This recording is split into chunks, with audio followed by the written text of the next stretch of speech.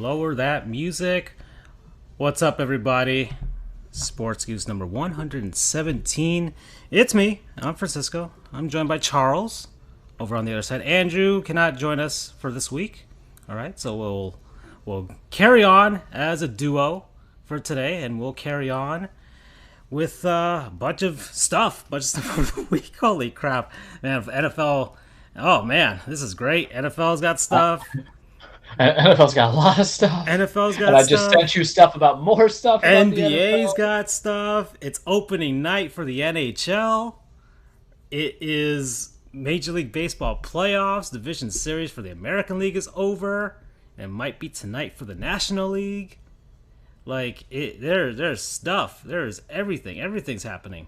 So I'm excited. There's a lot to talk about. We got NHL 2K3 in the background for the video version of this with the classic ESPN NHL theme because, well, ESPN is broadcasting both of the opening night games tonight. The Lightning versus the Penguins as they raise their next banner, and then Seattle versus Vegas. So Seattle will be opening on the road against the Golden Knights. So that's exciting as well. And yeah, it's on ESPN 1. It's not ESPN 2. Not ESPN the Ocho. Exactly. No, this is on the real deal ESPN for the first time in like 17 years, 16 years, something like that. So yeah. Well, here we go. Lots of stuff, man. Parati's Hockey World. You can get all the lowest prices back, biggest selection of all the new products, got clearance products, everything out there. Check it out on our homepage. Heck, we even have our episodes on our homepage, right? sportsgoofs.wixsite.com. Go listen to our episode there. Download it if you want to. If you want to carry that onto a flight or something, listen to Charles's dulcet tones if you feel like it, him rambling on about wrestling. That could happen. And Charles will probably be rambling today about wrestling because stuff happened there too, right? I'm assuming. Charles always be rambling. Yeah, exactly. And well, oh man, I'm trying to figure out where to start, man. We got everything. Well, I'll give this disclaimer. Andrew says he may be on at 7:30, 7:45. Okay, so it's a very will he, won't he situation. So we'll hold off. We'll hold off on NHL talk for a bit because he could talk a little bit about that. We'll hold off a little bit on baseball because he needs to show up. Come on. Look, no one's safe from the clapback. Exactly. So it is sports, and we must take the clap. Okay, but please take that out of context, please. And yeah. There's.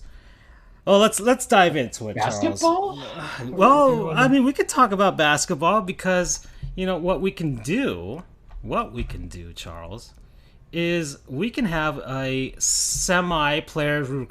I mean, it is essentially a very large players we remember to forget because, man, something's went down in the NBA, but not on the court, but off the court, and not by guys that are currently playing, but a bunch of old heads, retired guys. Well, not old heads. No, these are guys that just were in the league most recently. 5-7 year window. Exactly.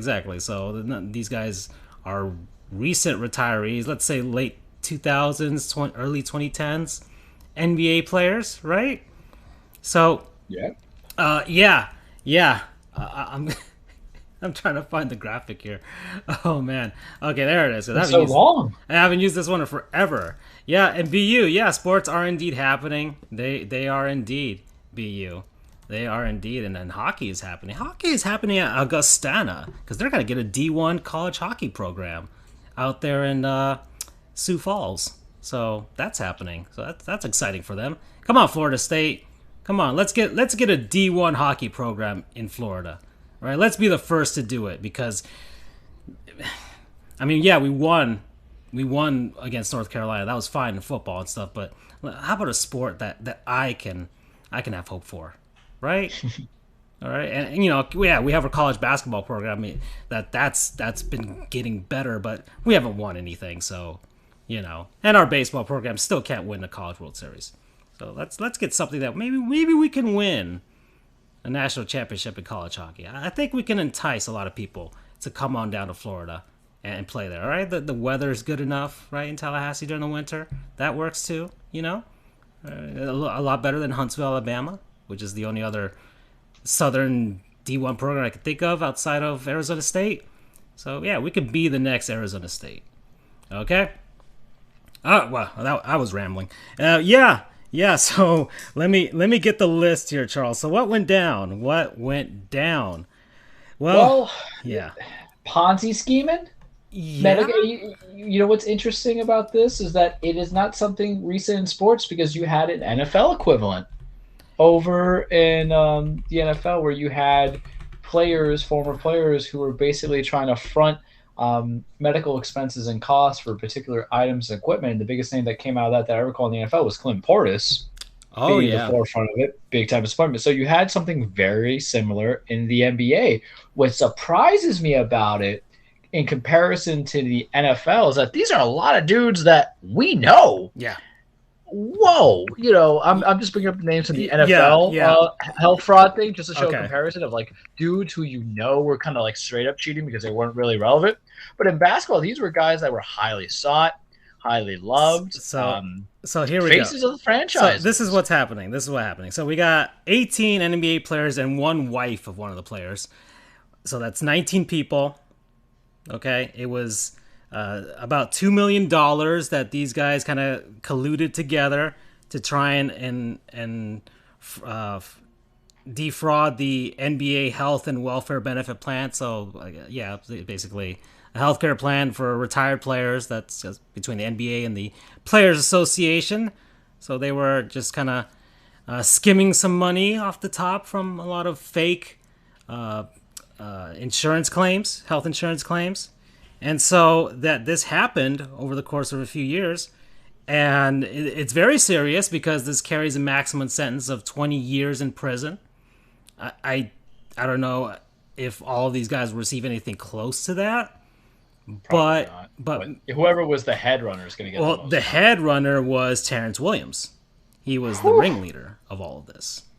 So Terrence Williams, and here's the list, Charles, of the 18 players. All right, this is the worst lineup for Super Smash Brothers game ever, but still probably better. Hold on, still probably better than the old Charlotte Bobcats lineup, though. Well, I guess some of these guys were former Charlotte Bobcats, so that's saying something there. We got Milt Palacio. We got Sebastian Telfair, yes. Yeah, Sebastian Telfair, the Phoenix Suns, man. We got Antoine Wright. We got Darius Miles. We got Ruben Patterson, Eddie Robinson, Gregory Smith, Glenn Big Baby Davis. Big Baby. The guy who was loved for being goofy and affable and, a heart and soul kind of guy, shitting everybody. Now he's going to be doing that tongue action in jail. If anybody doesn't know, go look at the gif of Big Baby Davis when he does a little slurping thing with his tongue. Oh, yeah. He'll be joined by Mr. Kelly in prison. We got Jamario Moon. We got Alan Anderson. We got Tony Allen. He wasn't just stealing balls, kids. He was stealing paychecks, stealing insurance frauds. The guy was an A1 defender. Yep. Like, when you think about Kobe has talked about Tony Allen. I think we talked about that a couple shows ago about who was the guy he never wanted to play against, and it was Tony Allen. Boy, he wasn't just swiping balls. He was swiping invoices. Yeah, we got Shannon Brown. We got William Bynum. We got Melvin Ellie. There's a Charlotte Bobcat for you. We got Christopher Douglas Roberts, and we got Tony Roten. But another Tony Roten, another bench player that you know. I think he was on Memphis as well. Yeah, so we got a bunch of role players and stuff like that, but they're significant. So compared to the NFL, which it was just Clint Portis. I was looking into it and a bunch of guys I really didn't know. Yeah. And then, Clinton was just, we know why Clinton's there. Convicts. It happens. I get it. And I don't know. I mean, we can all agree that most likely what these guys were broke. They probably had no money, but they did have an avenue of getting healthcare and stuff like that. You know what? And Terrence Williams was like, "You listen, guys, we messed up in our financial planning for our retirements and stuff like that. But guess what? We can do something. We can create a scheme here, and apparently, And that's the thing too. These are federal charges. Y'all yeah, thought it was hard to find work with just a DUI felony? mm. Hoo-hoo-hoo-hoo-hoo. Yeah. So Good these guys, luck. yeah, these guys You're are. defrauding, so that's always coming in. To give So, some insight in the legal world, you can get misdemeanors, whatever. People aren't gonna care. Job applications, stuff like that. You get a felony, hmm, you're out. yeah, You're on a federal charge, you're out. You get something that is fraud, you get something that is of that high level, perjury, lying, stuff of that nature. That's stuff that's this even is. brought into the courts Yeah, that might not be relevant at all I to your mean, case itself, and they're still going to bring it because it's attacking the credibility of the witnesses. fraud is a big no-no for. And health insurance fraud. It is a Woo. big no-no. Like, in my line of work in immigration, it is one of the, like it. I can't tell you which is worse: having hard drugs on you or doing fraud. So it's up there, right? I think I would rather be caught with cocaine than if Yeah. I were an immigrant than be caught doing fraud because I'd man, rather do that than forge papers, man. yeah, it Forge is no insurance benefits, bueno. anything like that. You can't escape the tax man either. And Nope. that's probably how it all came to head. Yeah. If we were guessing, then is that something went off Yep. on the reporting, someone snitched on it, someone got it. Yep. Because here's the thing, I don't know how to advocate this because I think we still live in a culture of snitches get stitches. But if you do anything with your buddies, you're gonna probably want to be like, oh, he's getting 20 years, but I can get 3. Shit, man. The No. Wire said it best. You only go to jail for 2 days. Oh yeah. It's the day you go in and the day you come out. We're gonna be seeing a lot of plea deals. No, don't worry. Oh yeah.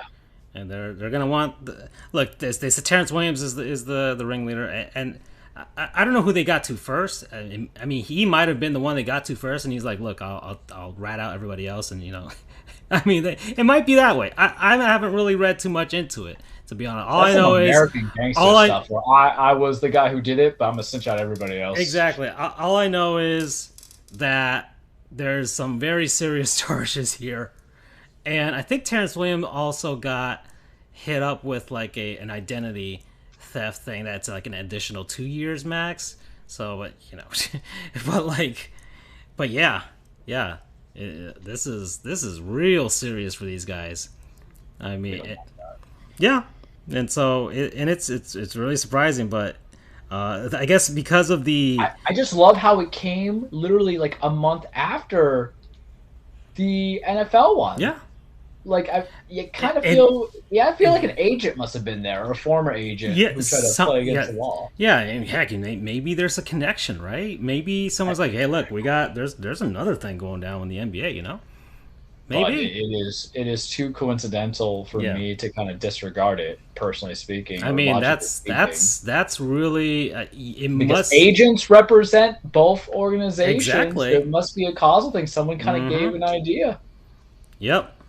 So, yeah, that's what's been going down. That's like the big NBA news, to be honest. Well, You got the vaccination stuff and But that is something I want to focus on because we'll give Andrew, I guess, the benefit of the doubt. I think we could draw out 20 minutes on some NBA stuff when it comes to that. I mean, yeah, okay. So we got Kyrie. God, I don't want to talk too much What about a Kyrie, polarizing, but what a polarizing figure. Like Yeah. I love what he's doing to kind of help African American Black culture outside of the NBA. I think he's a good person, and then he does stuff like, I'm gonna do my own research on these vaccines. Oh And I my love God. Jeff Van Gundy for calling him out. It was like, do you have a lab? I don't know if you've seen that clip. I think I sent it to you guys, but he's basically gone there the preseason. It's like, I want to know what he means by getting your own research, getting your own information. Do you have your lab? Are Yeah. you conducting your own tests? You're conducting your own resources. And then Jeff Van Gundy. And here's the thing about Jeff Van Gundy. Sometimes I feel I'm tired out by him after him being there for so long. Right. But he basically Larry David. He curbed enthusiasm very well when he goes and says there's smarter people outside of the NBA doing so. Right. And the thing about Kyrie is Kyrie this didn't is where finish I'll kind of college. Come on now. I know, right? But and Kyrie's also young. He's what, 26 now, 27? Yeah. So there still might be a different sense of immaturity. And I feel athletes have taken the mindset of, how do I want to say this delicately? Contrarianism. not contrarianism. It's more about like it's a personal decision. Whereas there's a lot of people out there in the working world who are not benefited by the idea of if they're forced to retire today, they will be millionaires. That doesn't work into it at all whatsoever. You know, these are people where there's plenty of jobs and industries that require you to get vaccinated. For the company's sake, for the people in the health and safety and the public welfare.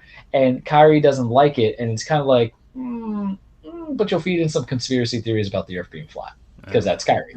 You know, you even broke Andrew Wiggins, and here's the thing that cracked me about Andrew Wiggins: he's not a superstar, so his No. personal status, like whatever. Yeah. But what I found interesting about the Kyrie thing is not so much of his beliefs to it and everything else. Like I said, polarizing figure. I like him. I think as a person for the social justice cause that he's in there. I think there's a lot of stuff that I feel that's right about. He was very anti-bubble, and I was kind of anti-bubble.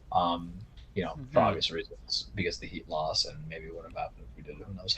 But joking aside, it's then you get, I don't want to say it's boneheaded, but people are using these platforms of like, it's my personal decision. I'm like, no, personal decision might be like a person's right to choose, but not necessarily on vaccinations. We all have to go to school and get vaccinated. What I find interesting that has developed out of this is yeah, now you didn't deny your tetanus shot, you know.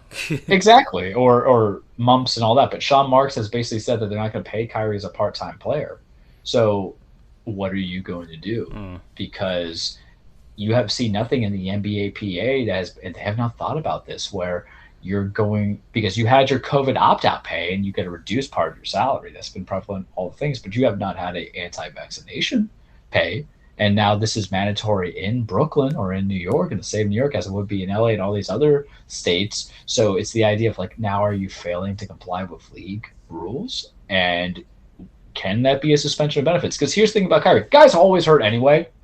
Exactly. Yeah. It's still. It honestly doesn't concern. I honestly feel like the Nets shouldn't even be concerned about it because it's like, look, you've been playing without him. What if you have to pay him though? Whatever. That's the Nets being the Nets. I don't want to pay him if he's not doing anything. That's the Nets being the Nets. That's their own damn fault. All right, they knew what they were getting into when they traded for him. All right, they knew what they were getting into. I mean, a team of the Nets, the Jets, the Mets. That's why they rhyme. That's why they suck. A team of a weight loss James Harden, assuming he stops eating the chicken wings, that's why they're and the a Kevin other Durant, New York team.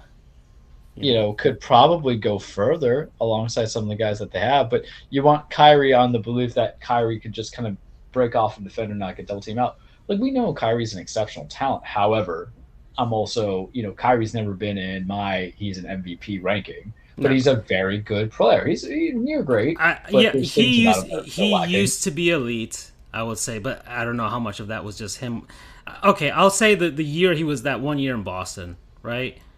After, like, that's when but then afterwards he stopped being elite after that. That was it. That's it. Injuries mount up. Now it's just potential. And the thing is, it matters because he's still so young and he's still going to have an influence in the league, and the NBA is a very player-focused league. Yeah, I mean, so Derrick Rose is still around, so of course he's going to be. Derrick Rose is still around. Yeah. So imagine when you have somebody who is very big into the influence of society and the age group. He's basically looked like a generational torch of some of the young guys that were coming in because he came out of it young. He was doing everything doing and then he left Cleveland to do his own thing. It's like, I don't want to play under LeBron's shadow, you know.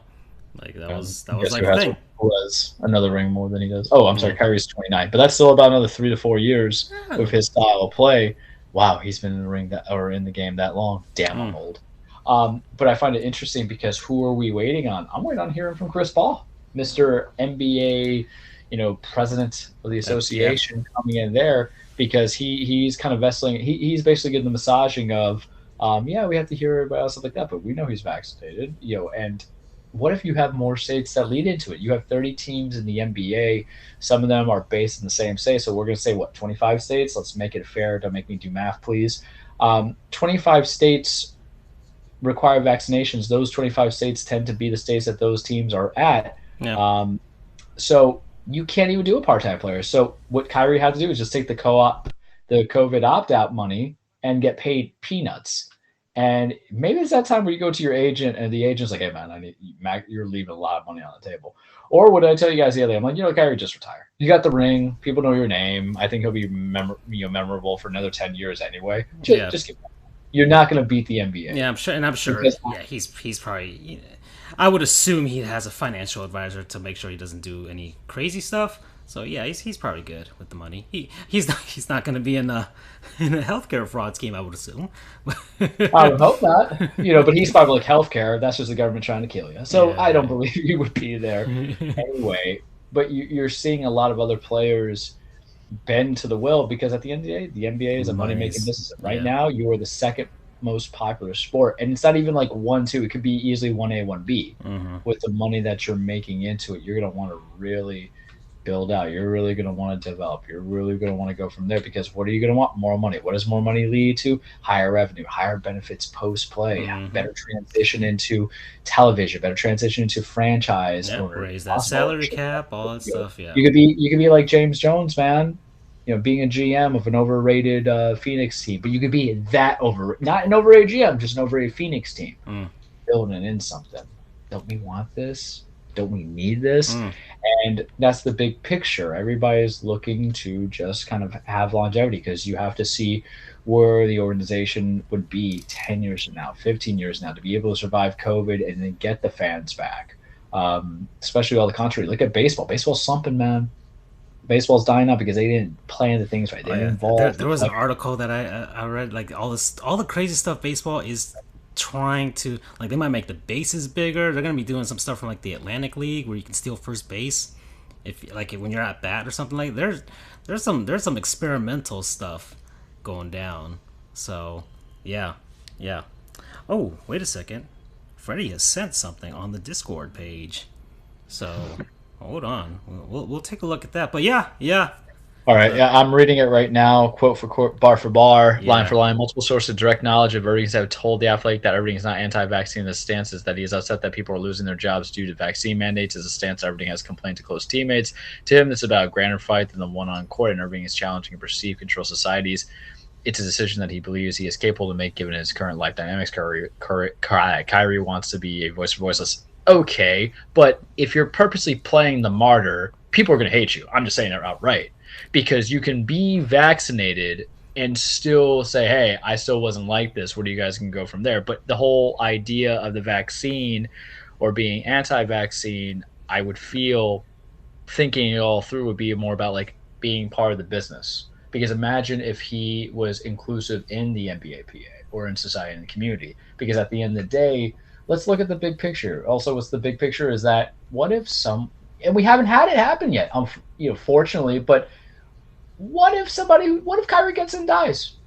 What if Kyrie gets it and it's just so much that it affects his respiratory thing and he doesn't die, but he can't perform? So it's a health and safety thing. And yes, people are losing their jobs, but I mean, that's unless you're on the eat the rich proponent, that's what's going to happen because this is health and safety protocol, and it's also about keeping the money flowing because money is what? Sustenance. It is blood. It is part of the everyday dynamics, whether you're small and small regular Joe or a big industry. Yeah.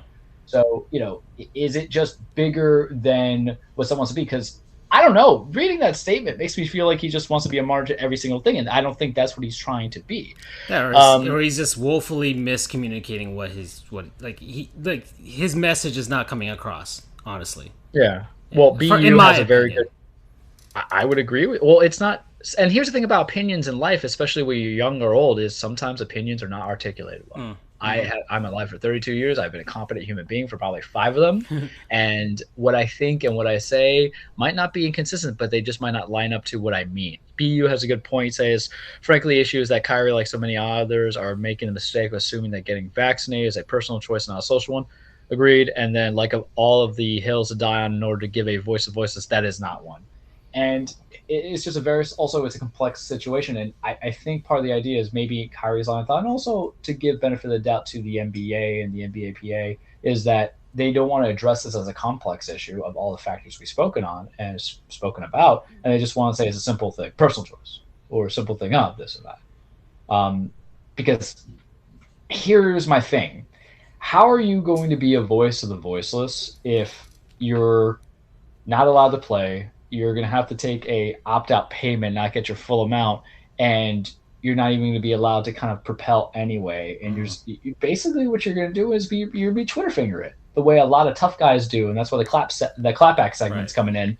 But basically, you're just going to be like Charles in his dirty little room with one pile of clean area and nothing else is clean, with bad facial hair and just drinking a Mountain Dew and saying, "Ha, how are you going to break Because that his that absence would be, yeah, like Kyrie not playing is already like a thing already.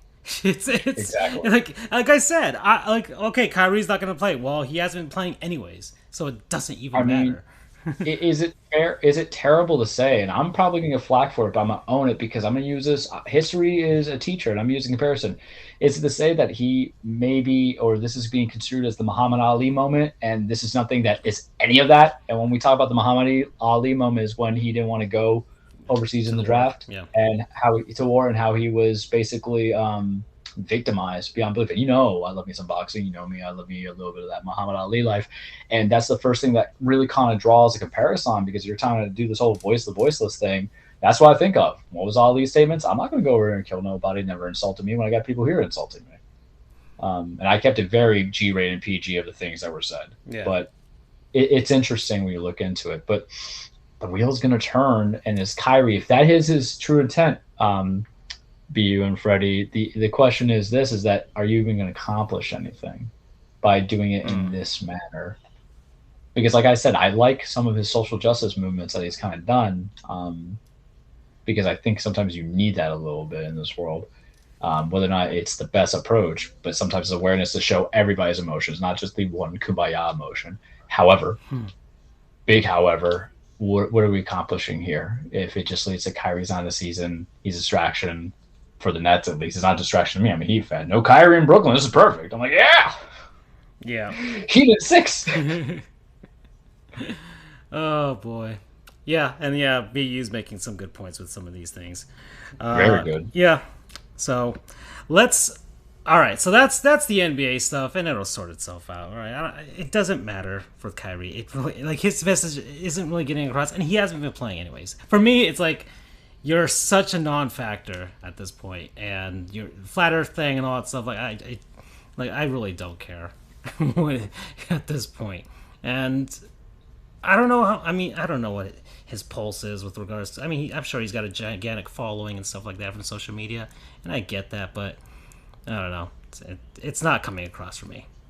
But yeah, okay. Where were we? So yeah, that's the NBA stuff, and Andrew's still not here, so I guess we can talk about the. Oh, actually, hold on, Charles. I actually set up. I've got. I don't know if this is gonna be a theme, but I've got nice segues from segment to segment. Okay. And You this, want me to do the Vanna White pose for us? so so we haven't done a Gottlieb's Goons in a bit. And you know what, Kyrie, we could, I guess. BU actually presented one to us recently on the Discord page about a certain individual doing a Nazi salute during the U.S. national anthem during a BU hockey game. So that was very disgusting, and the fact that nobody did anything about it while he was there. Like, this isn't the whole dinger thing with the Rockies and stuff like that. This is like full blown, like, oh, that's what that, like, there was a photo, there was everything. I don't want to show it on the video format of the podcast, but we would get all the wrong kind of followers. We'll become more popular than we've ever been. oh yeah, we'll be making, But then Parlor, we're gonna get like, Parlor. I know tweets, we're and I'm not ready shills. to sell I out get yet. we're shills, but we're not gonna sell out like that, right? Exactly. Okay, so it was it was Northwestern. It was Northeastern. Sorry, Northeastern University versus Quinnipiac.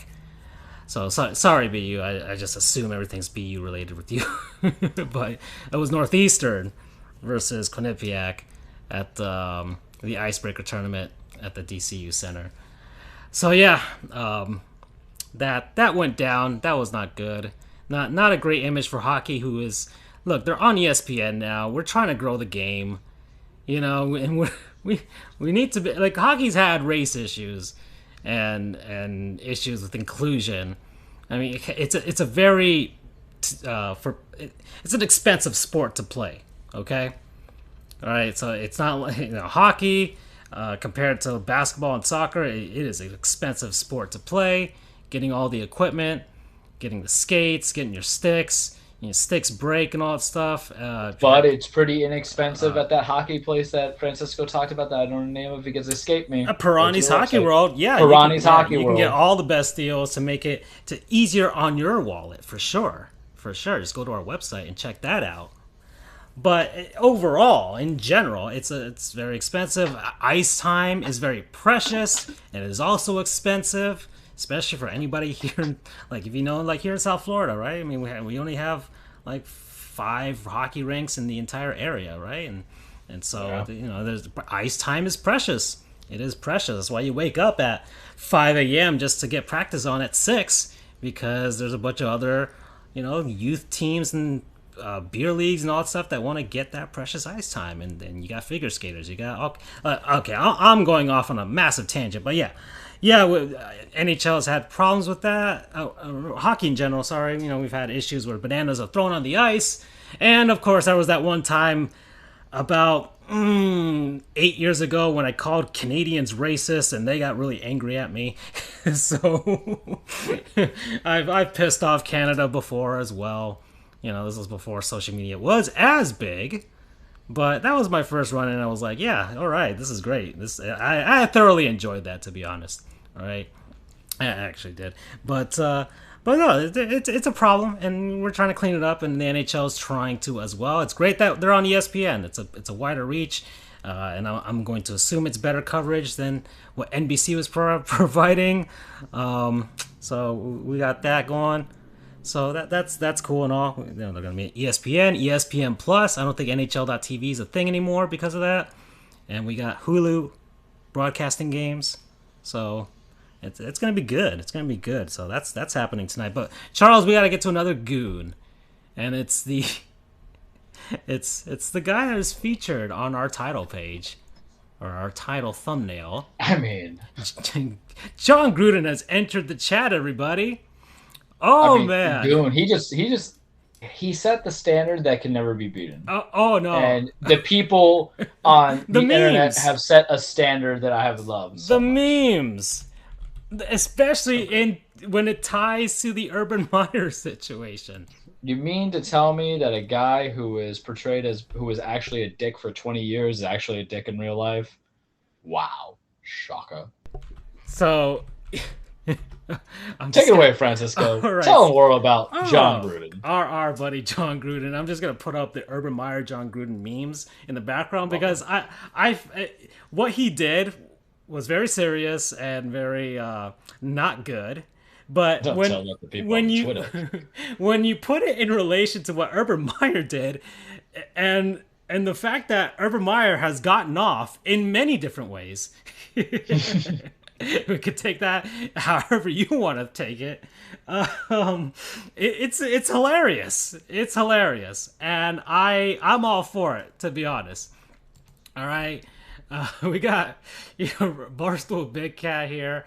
I remember seeing there's a new Gruden email drop. I mean, the memes are great.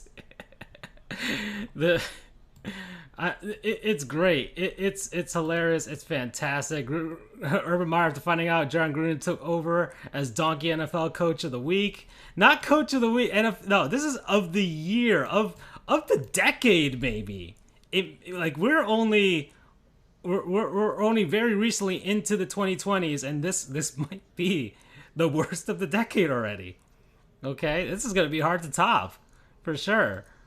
But wow. All right, so John Gruden, 10 years ago, when he was working for ESPN as an analyst, I guess it was during the labor, the NFL lockout, right? The labor negotiation stuff, yep. When there was a threat that the season wouldn't happen.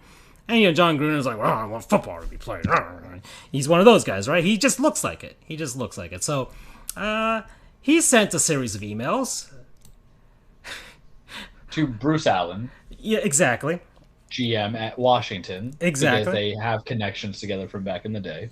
Yeah, about the situation with and really, it wasn't.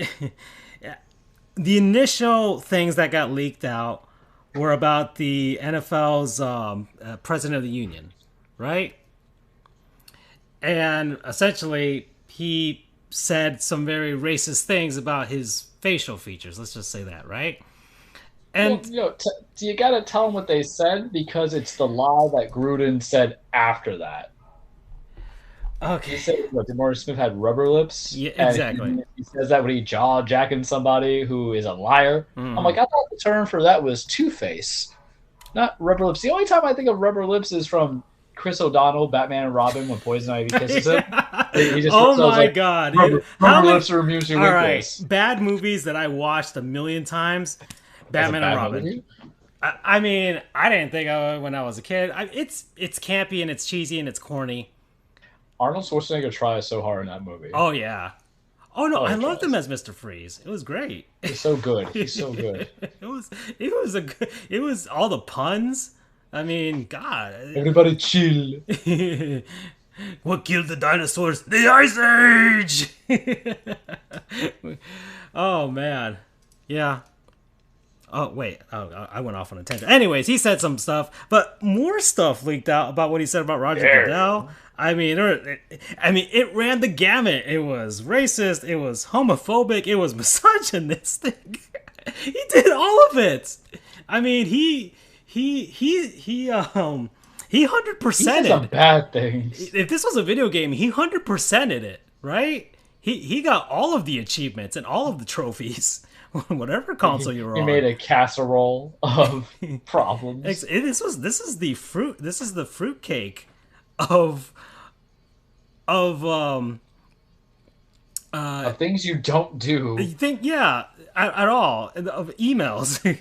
or at least not lie to the public like you did in such a manner because he was saying, I was why I defending the find players and I was very I upset. don't know why I find it so funny, but I do. But it's just because this somebody sat on this. It's people are sitting on all of these things. It just makes you imagine what else are people sitting on? Because this is Well, 10 years.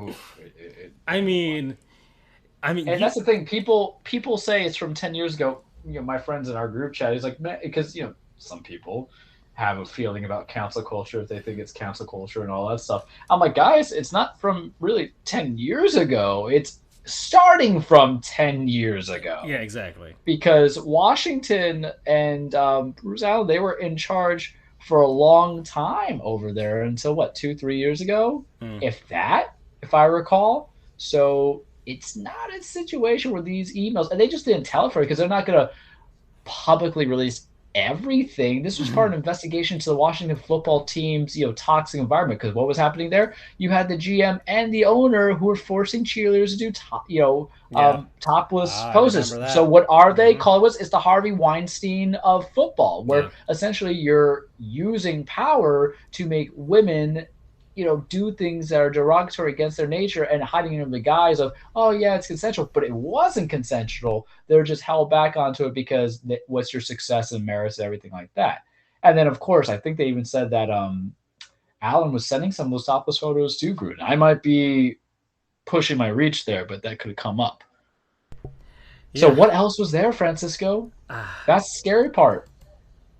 I mean, What else do they have? is there more? He's Is there revealed some of the is statements there he's more? revealing to be is misogynistic, Yeah, that's what I said. homophobic, Like I said, and it's the 100%. racist. It's the 100%. And and what I find baffling is that you have a lot of people who either a want to minimize the language utilized, and they don't understand the concept of what it means to be in a position of power because these are people who will probably never be in a position of power in their life. I'm just going to call a spade, or how their ad hominem of the situation is to correlate what has happened to Gruden to be akin to Deshaun Watson. We're going to talk about that in a bit because right now we're still gooning on Gruden. Oh man. Okay, so hear me out. If we had to retire Gottlieb's goons, Goonin with Gruden is something fantastic. I'm just stating. Yeah.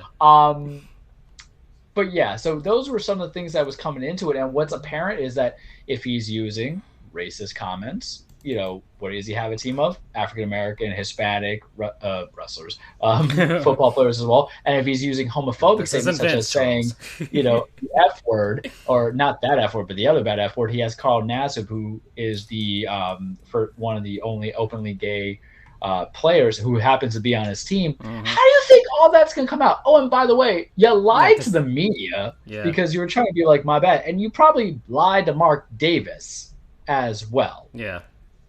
But continue, Francisco, and we'll talk about the end result. What happened on this beautiful Monday that just passed?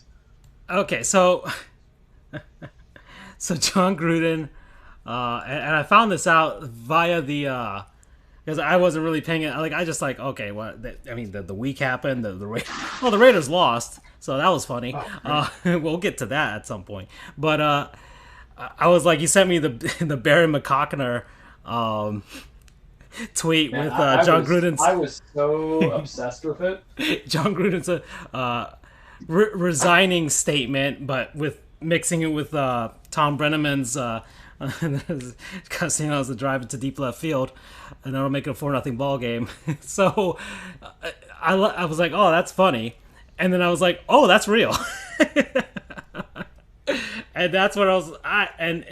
This has been funny to me. I know it's very. It's hurt a lot of people, but it's funny to me how it all transpired because it's I just keep seeing it in context of what happened with Urban Meyer. It's like, well, he went to horny jail and all that stuff, and we get that. And like his wife came out with one tweet and stuff, and then she shut down her account and stuff like that. And they're trying to sweep it under the rug and stuff like that. But now it may not be swept under the rug, but it is nothing in compared to what this is. And it's just funny. It's just funny how much of a downfall this was for Gruden. It came out of the booth and stuff, went back to at the time Oakland and stuff, trying to rebuild them back to their glory and stuff like that, get them to Vegas and have a promising team. Which they might. The Chiefs have been playing not up to their potential. But we'll see what happens now. Anyways, that's me rambling and stuff like that. But it's just a funny fall from grace. But Charles, he's a goon. He's a goon for sure. This might be a goon of the year moment right here, right? And you know what? You know what makes this even like I say I laugh, but I didn't laugh with this. Charles, did you see Randy Moss's impassioned statement about this? I haven't. I heard Keyshawn, and that's why I sent it to you earlier. You saw Keyshawn. I want to hear actual players who played for the man. Yeah, because it's great. That's the best kind. That's like the Scottie Pippen on some Hennessy talking smack about Michael Jordan. Keyshawn played with him, with the Bucks, and that's where they won a Super Bowl and stuff. And I think Randy did play with him, right? No. He was already out of Oakland, but he was out of Oakland. Yeah, exactly. But Randy been around for a bit, and so Randy Moss gave an impassioned speech on ESPN on their morning NFL countdown Sunday, right? And he cried during it. He cried during it. Like he's like, there are guys in the locker room and they feel very strongly, like he as a player, having a coach that would say such things, especially a coach that coaches mainly black players, right, in the NFL. Also, Randy Moss been around, man. He was a good old Southern boy back then. Exactly. So, the culture that he had to deal with. Keep that in mind because it wasn't just he's not speaking from a professional standpoint. Probably a time when he was a boy and a young man in college and high school and middle school. So he's a goon for making Randy Moss cry. How dare you make Randy Moss cry? Right. Randy Moss is a nice guy. He's eased up. Everybody just hates Randy for mooning the Packers, but you know what? Joe Buck hates Randy Moss for doing that. Joe Buck is a fucking dick. Anyways, and he's a boring ass announcer. Anyways, and he has bad facial hair. Oh yeah. And look, I've always like the Joe Buck hate. I can understand. Look, the way he called the 2003 World Series. I mean, when Miguel Cabrera hit that home run off Roger Clemens in game 4, he called it like he was watching paint dry, and good on Miguel Cabrera for hitting a home run off that fraud. Anyways, where am I? Where? Oh yeah. So yeah, Randy Moss, impassioned speech, crying. Talking to Matt Hasselbeck and Rex Ryan there. Rex Ryan's a coach. Hey, look, Rex Ryan, he's a cool guy. I wouldn't think Rex Ryan would ever get involved in something like that. I But think Rex Ryan's more of a bro. exactly, he's too much of a bro. Come on, man. All right, and he's Yeah. open foot fetish. Like that's some bro stuff right there. Right? I feel like this is going to open up a No debate kink of like shaming who's like here. the most non-racist coaches out there. Just put that. Like, oh, it could Oh be. god. I don't see Andy Reid whatsoever. Bill Belichick, I'm looking at you. No, that's inflammatory. We won't Okay. even say that here. Yeah. So, but this ties into, like I told you, I'm going to tie into this. This is Let's Haul Y'all, and we're going to do Randy Moss, right? Because Randy, I don't want you to cry no more. You're a Hall of Famer, okay? And you deserve to be happy, my dude. You deserve to be happy. So Randy Moss. Yeah. Randy Moss.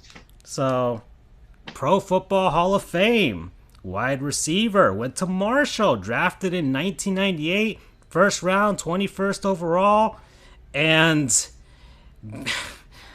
what a rookie season with the 98 Minnesota Vikings, probably one of the best teams to not win a Super Never won Bowl. it. Exactly. Yeah, so 1998 Offensive Rookie of the Year, single season touchdown record, 17 with those Vikings, and of course they lost on a missed field goal in the NFC Championship game against the Atlanta Falcons that year. Played between 1998 and 2012, Charles, for the Minnesota Vikings, the Oakland Raiders, the New England Patriots, the Tennessee Titans. Tennessee was a cup of coffee. Yeah, Cup of coffee. and he went back to Minnesota at one point for a bit, and And they went to San Francisco. this one season off, and then final stint with San Francisco, and played in the Super Bowl with them. That was the Kaepernick Super Bowl right there. So, yeah, that was his final game of his career. He never won a Super Bowl, but he had two shots at it. He was with those 49ers, and of course the regular season undefeated New England Patriots that lost to the New York Giants.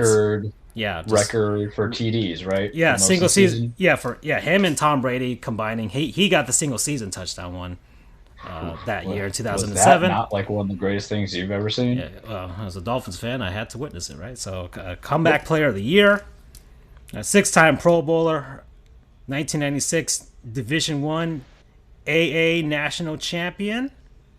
He was on the NFL 100th anniversary team. He became a verb, right? You know you're somebody when you became a verb. When you moss somebody, come on. Yeah, y'all remember that from the early 2000s? I do. And yeah, Randy Moss. And also, one other tidbit, Charles. He also bought a NASCAR motor team. Back in That is so baller. back in 2008 through 2012, he bought Morgan Dollar Motorsports, renamed it to Randy Moss Motorsports, and they played in the Camping World Truck Series for NASCAR. So that's what he did. So that was such a random bit of info that I did not know. I was like, oh, that is super interesting, Randy Moss. And Charles, I'm not done yet. Because I haven't done small segments in a while, right? Small segments are good. Yeah, exactly. It keeps us focused. Yeah, and it brings us back. A little variety doesn't hurt. Variety is what, Francisco? The spice of life. Exactly. And oh man, did you see that video I saw with the guy and he had the armband with the spice in the sauces and stuff? I mean, that people say that's an ammo holder for like guns and stuff. I'm like, oh, that's a fine way of using that. Oh, that is. I think Bob's Burgers had something. Well, that was the spice racks and spice ups. Yeah. That episode between Linda and Bob. So yeah. Anyways, Charles. Speaking of motorsports, we got an uncultured swine here, Charles. Oh man, I tried. You see, we gotta remember where we started from, kids. So yeah, I was like, motorsports. I mean, this is all interesting, Charles. And I was like, I haven't talked about motorsports in a bit, but I got an uncultured swine. I tried to rope Doug into this one, but he could not pop out for this episode. But I'm gonna go with Red Bull Racing, Charles. We're gonna learn a little bit about them. Okay. I thought they were just a Are you saying it's Red Bull Racing Red, Company or just Red Bull? well, Red Bull sponsors so many things, Charles. Okay, yeah, You that's know, why I just need clarity. I need clarification. I mean, Red Bull, like you got their what's it the fluke tag or whatever they call it with the planes. They have a soccer team, the New York Red Bulls. I mean, they're everywhere. They do everything. All right, I'm sure they got some esports teams. Exactly, sports empire, right? Maybe the Rays should be Red Bull. Maybe that's the way they stay in Tampa. The Tampa Red Bulls. Nothing is going to stop the Montreal Manta Rays from happening, so we just have to accept that. All right. Oh, when he comes, that's why he don't want to be here. Yeah, Because he knows I'm gonna come in with that heat, and Francisco's coming with that heat. well, I'm not coming with the heat. I understand. I'm not gonna be bad, but you could agree with me. There was some statements made that maybe he blew his load a little bit too early before he made declarative statements, especially when there was a single elimination game. I just think. But we're gonna get to it. I just think, I don't know, with the Rays, it's just that it's because of how much is on the line that it just became it's really emotional for anybody who's a Rays fan. There's so much on the line, right? I mean, when you've never won anything, getting to 100 wins feels good, right? That's all I'm saying. They got, but it feels like for them, this is essentially almost the plot of Major League, essentially. In a weird way, it is. They have to win, and yet it's worse than Major League because they didn't even they won the American League Championship, but that was it. That was the thing for them. They just won the pennant. They didn't even win the World Series. So it's not just that. It's the fact that the Rays are already a good team, and they're still going to move them. So it's not even that. It's worse than the movie Major League. Oh man. Okay, well, Red Bull Racing. Let's get on it. They were established in 2005, but they trace back to 1997 when they were Stewart Grand Prix, and then they became Jaguar Racing in 1999. They've been in F1 since 2005. They've got 4 constructors things and 4 drivers things from 2010 to 2013. But ever since then, Mercedes has been dominating. So, but for a bit, Red Bull was dominating. Max Verstappen is the head honcho driver here. He's Dutch, okay, which Austin Powers' father would not like. If anybody remembers Goldmember or Gold, nobody remembers Goldmember. Come on, man. We remember it. Okay. Unpopular opinion. I can live without those Austin Powers movies. All of them? They're better off. All of them? They're better off as an SNL skit. Okay, fine, Charles. The second one was bad. I can admit the second one was bad. The first one I liked. The third one I thought they had fresh jokes. So, anyways, he's the youngest driver in F1 history. He debuted when he was 17 years old in 2015. He is the youngest driver to ever win a Grand Prix. He is the first Dutch driver to ever win a Grand Prix. His father was a Formula One driver in the past. And his partner is Sergio Perez. He is Mexican. He has the record for most races raced before getting his first victory when he won in 2020. So he had 190 races before he actually won. And that was at the Sakir Grand Prix. He's been a racer since 2011. And he said that if he wasn't a race car driver, he would have been a lawyer.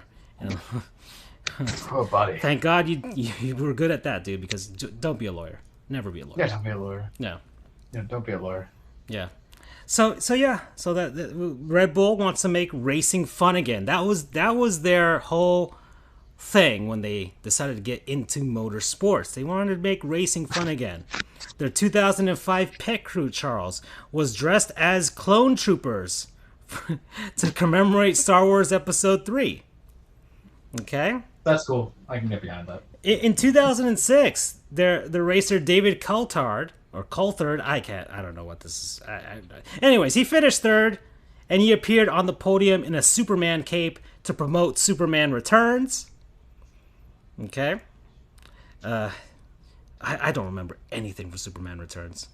It was bad. I don't remember. That's what it was. I don't remember a Spacey and Lex single Luthor thing. couldn't do it. Case Boswell was not a good Lois Lane. Bryan Singer directed, very pedantic and just in your face. I like Brandon Routh as Superman. I thought the attire was fine, but the movie is like 2 hours and 45 minutes of dullness, and all you have Missy whatever Trying to coming in tie and it just to like the original portraying him. trilogy, like I don't, I don't. Like that stuff lives in my head rent free. I actually talked about that movie the other day too with my paralegal. I was like, I don't I have don't. because I saw Man of Steel and I have like a man. Your man crush money is Jim Butler. My man crush for life is Henry Cavill. Yeah, yeah, And I'm like, this man is just a exquisite specimen of what Superman ought to be. And Mm. Warner Bros. Screwed that up. yeah. They did. Okay. Anyways, in 2019, they had 007 logos on their cars to celebrate the 107th British Grand Prix, and they had and the race car drivers wore their whatever, the racing suits or whatever they call it, overalls, Gear? yeah, whatever they wear, you know, We'll call it gear. their suit, they look like single-breasted dinner suits, basically tuxes. You know, they screen printed it just like a minor league team would do in baseball, and that's how they raced. So yeah, and of course the Red Bull X 2010, which was originally named the Red Bull X1, and they developed a fictional racing car, which has been featured in the video games Assetto Corsa, Gran Turismo 5, 6, Sports, and yeah, prototype vehicle was made to answer Kazunori Yamauchi's question: if you built the fastest racing car on land, one that throws aside all the rules and regulations, what would that car look like? How would it perform, and how would it feel to drive? So they just decided, let's just put it in a video game, and I'm all for it. I'm all for it. So, and yeah, there's that. So yeah, McDonald's.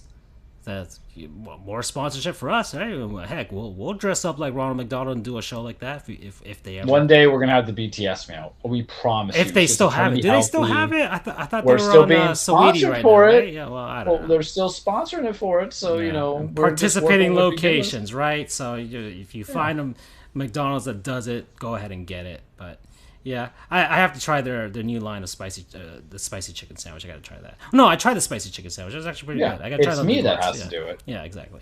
Yeah, and where was I? Oh yeah. So that's Red Bull Racing. Oh yeah, we got a new follower. So thank you, Burbura 6001 for listening to us. Check out the podcast if you missed anything from earlier, for sure. So yeah, Charles, that man. Oh, so yeah, I tied it all together, Charles. You see that? Went from Goons to Randy Moss, John Gruden to Red Bull Racing. It's all connected. It is all connected. And you know what? While we're here, we're basically at the halfway point. So let's just do it, Charles. Let's go with a word from our non-sponsors, people, places, things, concepts, what have you, that we've been enjoying over the past week.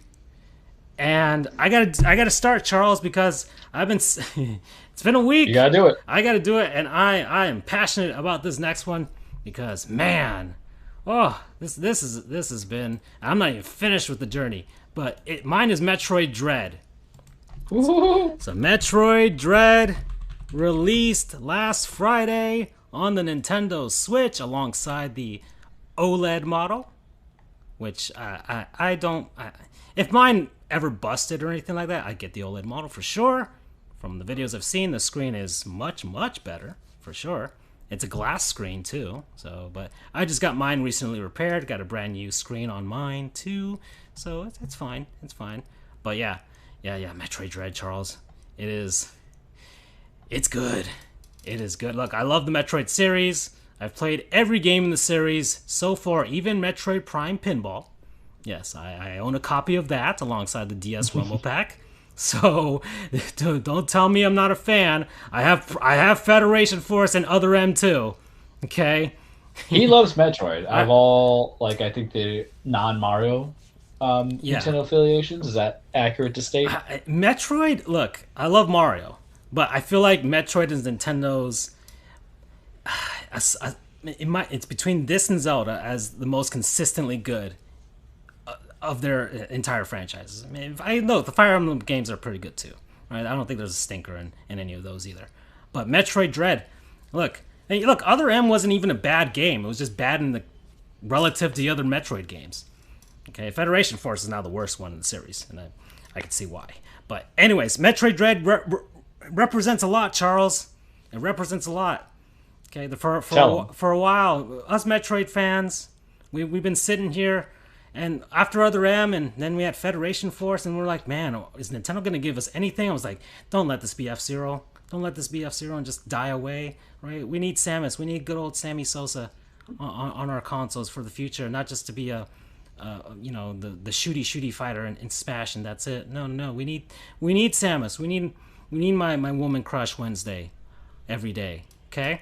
But it seemed like Nintendo was like, okay. Then we got an announcement, Metroid Prime 4, but then their development got messed up, and I don't know when that's going to come out. Probably for the Switch 4K model, because that's being rumored now. And it was like, okay, fine. But E3, Charles, this year, Nintendo's been pretty good with their announcements. They're kind of their shadow drops of information. And they're like, E3, guys, here's Metroid 5, Metroid Dread, the next one after Fusion, which was Metroid 4. And you guys were working on a 2D Metroid this entire time? Yeah, it's coming out in like 3 months. Oh my god. Charles, I look, I didn't even pre-order it, but I knew I was going to get it on day one. I knew it.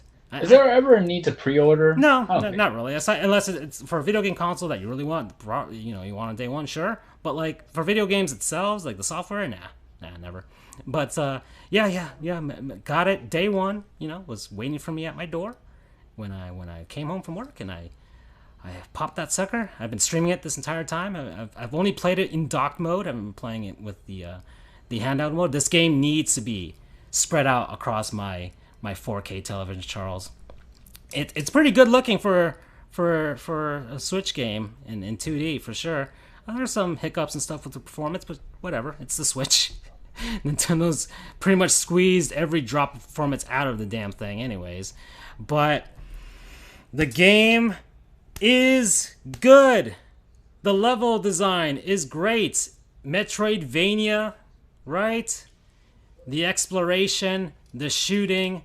At first, Samus, of course, loses all of her powers at the beginning of the game, as per usual. But then you go along, you start exploring, you start figuring out some stuff. There's cutscenes in this game, and they're actually well animated. And there's lore to the Metroid series, and it's actually one of Nintendo's few series where lore matters. Yeah, and because they connected all to the handhelds in the old school Super Nintendo one, right? Yeah, no, all the Metroid games are connected. Every single one of them. Even Prime? Yeah, even Prime. I thought Prime was their own gig. No, Prime is part of the timeline. It sits between the original Metroid and Metroid 2. So all of the Prime games sit, and even the Prime games have their own like mini lore, and that's getting continued in the fourth one. There's a whole thing, Charles. It's a whole thing, and it matters to us, to fans, and Nintendo is actually taking it serious. It seems like they threw away everything that happened in Other M. It's basically the Sonic 06 of the Metroid series, and the gameplay is fluid, Charles. When I mean fluid, it is fluid. It is like Samus controls like everything's on a dime. Everything's on a dime. She moves the way you want her to move. The aiming is great. I played Samus Returns. Having the extra buttons and stuff on the Switch makes this even better than Samus Returns had on the 3DS. It means Samus has more of her arsenal to work with. And the dread part of the title is true as well, because there's a lot of suspense in the game. And especially if you played Metroid Fusion, and the way those two games do tie together, there is a sense of dread as to what's happening. And a lot of stuff that's been happening to us in real life with regards to the pandemic, those issues are present in Metroid Dread too. So it's like, oh god, it's everywhere. Everybody's getting infected. And yeah, that's what's happening in this game, okay? Go play Metroid Fusion. Go find it on a Game Boy Advance or a Wii U. You can find them if you feel like getting a Wii U, everybody. And yeah, it's not just me and Charles and the 12 other people with the Wii U. Yeah. Anyways, promo code. Give me some of that space goo. Okay. Yes, I will be looking. If you to watch Dread. my streams, there's points in the game where that matters. Give me some of that space goo. Jesus Christ. So I too have a game that we'll be utilizing. I will speak highly of Dread. That will probably be something that I pick up near Black Friday. I get a lot of gift cards. It'll be with things. I enjoy the Metroid series to a degree. I have like a love-hate relationship with Prime, as I was telling you before the show, and maybe it was because of the times. I don't know if you can truly enjoy Metroid. It might have when been you're the 14. GameCube controls too. You know, I mean, Yeah. the Wii versions are a lot of people like the pointer controls, and okay. Anyways, And it could be, but kids, it is spooky season, and as we did last year in spooky season, what does Charles always make sure to do during spooky season? Play a spooky game. And I don't like horror games. Metroid's not considered a horror series, but the game has alien. I mean, it's alien inspired. It's inspired by aliens, so we all know this. So we know it's there, Charles. But that's a different type of horror, isn't it, Charles? Exactly. Whether or not it's good is a different story, because sometimes alien games are good and then they're bad. Well, those are the game. I'm talking about the movies, but yeah. The movie. Oh, we love the alien movies. Like Charles about that. But I'm not in the mood for spooky movies yet. It's only October 12th. But I also only have 4 Halloween movies that I must watch, and we'll talk about them after the show because it's us. So when it's a you and I show, we just kind of screw around a little bit. Yeah. So last year, my spooky game of the season was Resident Evil 2. And remember, Resident Evil 2 had a split because they divided the story originally where you can either do one run as either Claire or Leon, and then you get the continued story and conclusion to fill in the gaps. And it's on basically a second like playthrough. It's like an alternate time. Like, it's not a complete remake of the original Resident Evil 2, right? Yeah, they made it better for the dynamics. Yeah. Last year, Charles loved it. He was a big fan of it. I played as Claire on the first run through, and you would think your boy turned it in, but that is a lie because I knew that I was going to play through as Leon's story, and so I just beat Resident Evil 2 Leon's story this past weekend. The second playthrough was a lot faster. It was only about 6 hours in comparison to everything else. I cheated.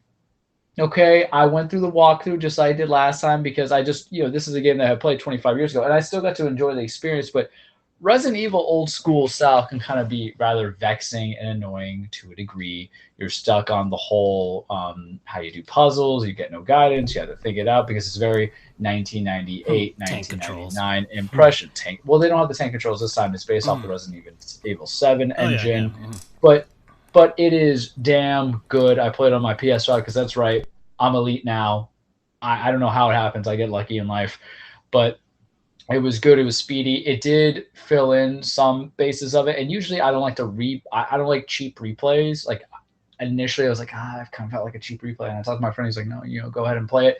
You get the complete ending of actually what happens in it as opposed because how Claire's story ends in the first one is just like you get like the comical arcade comedy movie ending, and it's just like something's coming up and they all like wave it off with a thumbs up.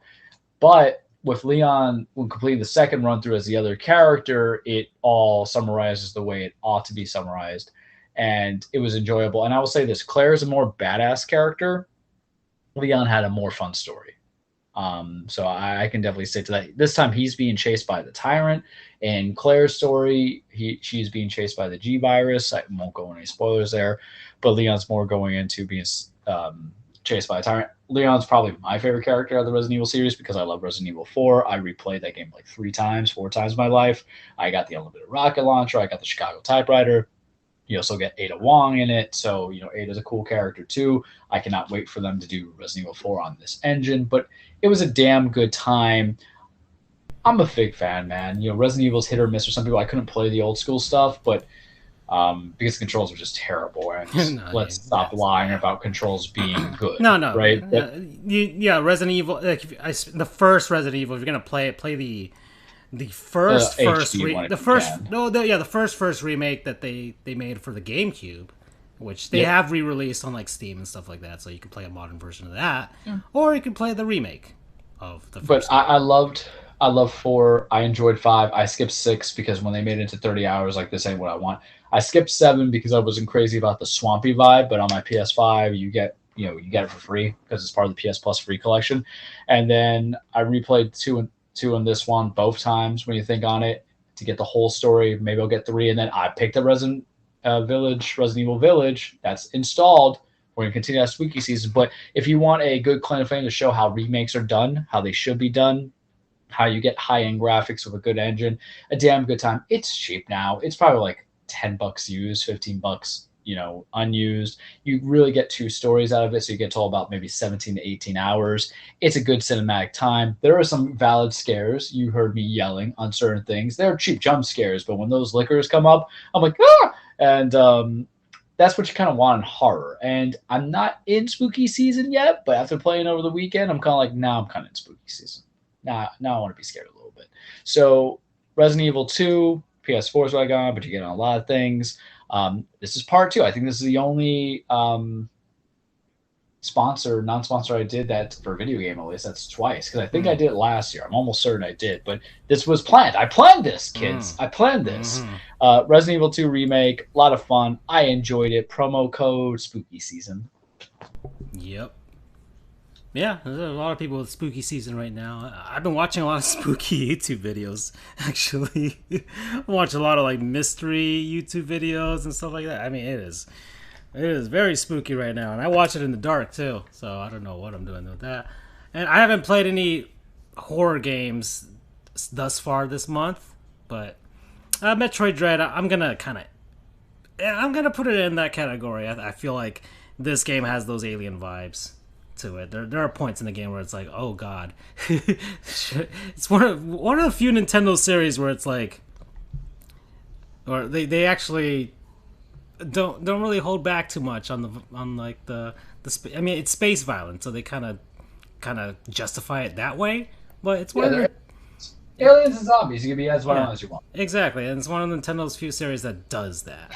So that's also kind of the reason why I like Metroid as well. It's one of the few ones that get away with that. Unless they make a new Eternal Darkness, which would be nice, but they're never gonna do that. They probably should. Remake Eternal Darkness. Remake Eternal Darkness with some new psychedelic scares. Yeah, that would be great in today's age, because some of them are not gonna translate to today's age. Because some of them were like based on like your TV settings and stuff like that. There was some genuine cool things in that game. Oh man, now I want to play Eternal Darkness again. That was a good game.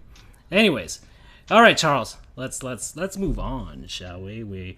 So yeah, we talked NFL, we talked NBA. You know what, Charles? I thought Andrew would be here by now, but he's not. So we're gonna have to get into it. Yeah, let's go baseball. Let's do it. So we're baseball. Mr. Poopy Butthole, huh? That's how we're started. Because Mr. Poopy Butthole, for those who don't watch Rick and Morty, is basically the very positive character who's brought in those very difficult, dire situations. If Andrew was here, that is the voice I would give, because you talk about okay. So you talk about pain. There's a lot of pain that happened this last week, because to leave you kids off, when we got off on the show, the New York Yankees lost. It's fine. But then we went to the ALDS. The Cardinals lost, so much for an 18-game win streak, because the Dodgers are terrifying. But we started off on the ALDS and the NLDS. That's even worse. I'd rather lose by 6 than by a walk-off, would you? Well, I mean, well, too bad Andrew's not here, because he could tell us. I know. Well, I love how he was like, "I'm sorry for the way I reacted." It's fine, dude. It's sports. Gosh, man. Look, I remember when I went to a game, the Florida Panthers versus the Winnipeg Jets. I remember this very vividly, where we were barely hanging on to the Southeast Division lead with like 3 games left on the season. And that was when the Jets were in our division, which was really weird for like a season, or 2 seasons, I think. Anyways, yeah, the Panthers blew like a 4-1 lead or something like that and lost in overtime. And so, or no, not even overtime. I think we lost in regulation, like with like 5 minutes left. And I was so pissed. I was so pissed on the car ride back with my sister. I like I was genuinely very very angry. I've never been so angry at a team I supported. That's when I knew I was a hockey fan.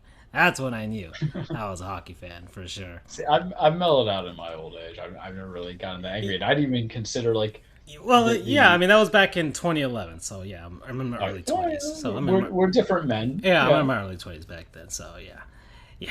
Anyways, Charles. Yeah. So all right. So let's get into it. So all right. Yeah, the Yankees lost in the wild card game to yeah, to the Red yeah, Sox. yeah. It's The okay. Cardinals lost to the Dodgers with a walk off. Like it was a good game. It was a better game than the Yankees game, but yeah, they lost to the Dodgers. And so we had these matchups. So we got the Rays versus the Red Sox. We got the White Sox versus the Astros. In the NL, Trash. we got the battle for Hank Aaron's soul between the Milwaukee Brewers and the Atlanta Braves. And then we have the classic rivalry between the Dodgers and the Giants. So let's get the Astros and the White Sox out of the way. This is the series that I watch more games of, to be honest, compared to the other ones. White Sox staved off elimination for one day, had one massive offensive outburst to get like the gentleman's sweep for the Houston Astros. They put it away today. So they just holding off the inevitable. The Astros look good, and I'm all for chaos, Charles. I'm going for it. Let's go Houston. Let's do it. I'm all for I chaos. mean, I'm all for chaos this year. I want the off season. I yeah. want the memes. I want the Astros fans getting all up on people's faces over the off season. As a Marlins fan, it doesn't really affect me much. It's more for the Dodgers fans and really the Dodgers and the Yankees fans. And well, I mean, I know baseball people in general, especially American League teams, would be pissed off. But I think as National League fans, will probably be like, in principle, yeah, what the Astros did in 2017, yeah, they can go F themselves. But at the same time, they're now an American League team, and it's like, it doesn't really affect us that much. You guys beat the Dodgers. The Dodgers are kind of being the Yankees of like the late 90s, early 2000s. Back then, like they were terrorizing the American League back then, and that's kind of what the Dodgers are doing now. So anything that helps with that, it just helps the National League. Anyways, yeah, the Astros looking good, and they're gonna be facing off against who, Charles? the betrayer, Yeah. the besmircher, Yep. the corrupter, Alex Cora, Cora. and the Red Sox. Boston. Let me take this, Raid. Let me take this from you. Yep. So, few things. I'm okay with Houston winning the World Series this year. Why? Because now we're so far removed. It's Dusty Baker. He's kind of. I can live with it. It's been 4 years, people. I can live with it. I can live with it. Yeah, because Dusty it would've Baker. been- He won a ring as a player, but he hasn't won one as a manager. You want him to get it. You want him to get it. Yeah. You want him to get it. That's fine. Yeah, I would have felt a different kind of way had it propelled itself elsewhere if it was last year. But now I don't care. Here is my thing about the Red Sox. What have I been hating on since the beginning of the season? That they and Chaim Bloom over there, or Chaim Bloom, I don't know how to say his name. That's my actual first time I actually say his name. The guy's overseeing the Red Sox. He, in a sneaky ways, knew they were going to hire Alex Cora, the beginner of the trash banging Yeah. from back then. They knew they were going to bring him back. That's why they just had the stooge or whatever the guy's name was from last year. Yeah. So you hire him back because Rob Manfred doesn't have, he might have testicles, but he doesn't have balls. Because when it was Houston, it was intense. Was Boston even investigated for their World Series win a couple years back? Of course not.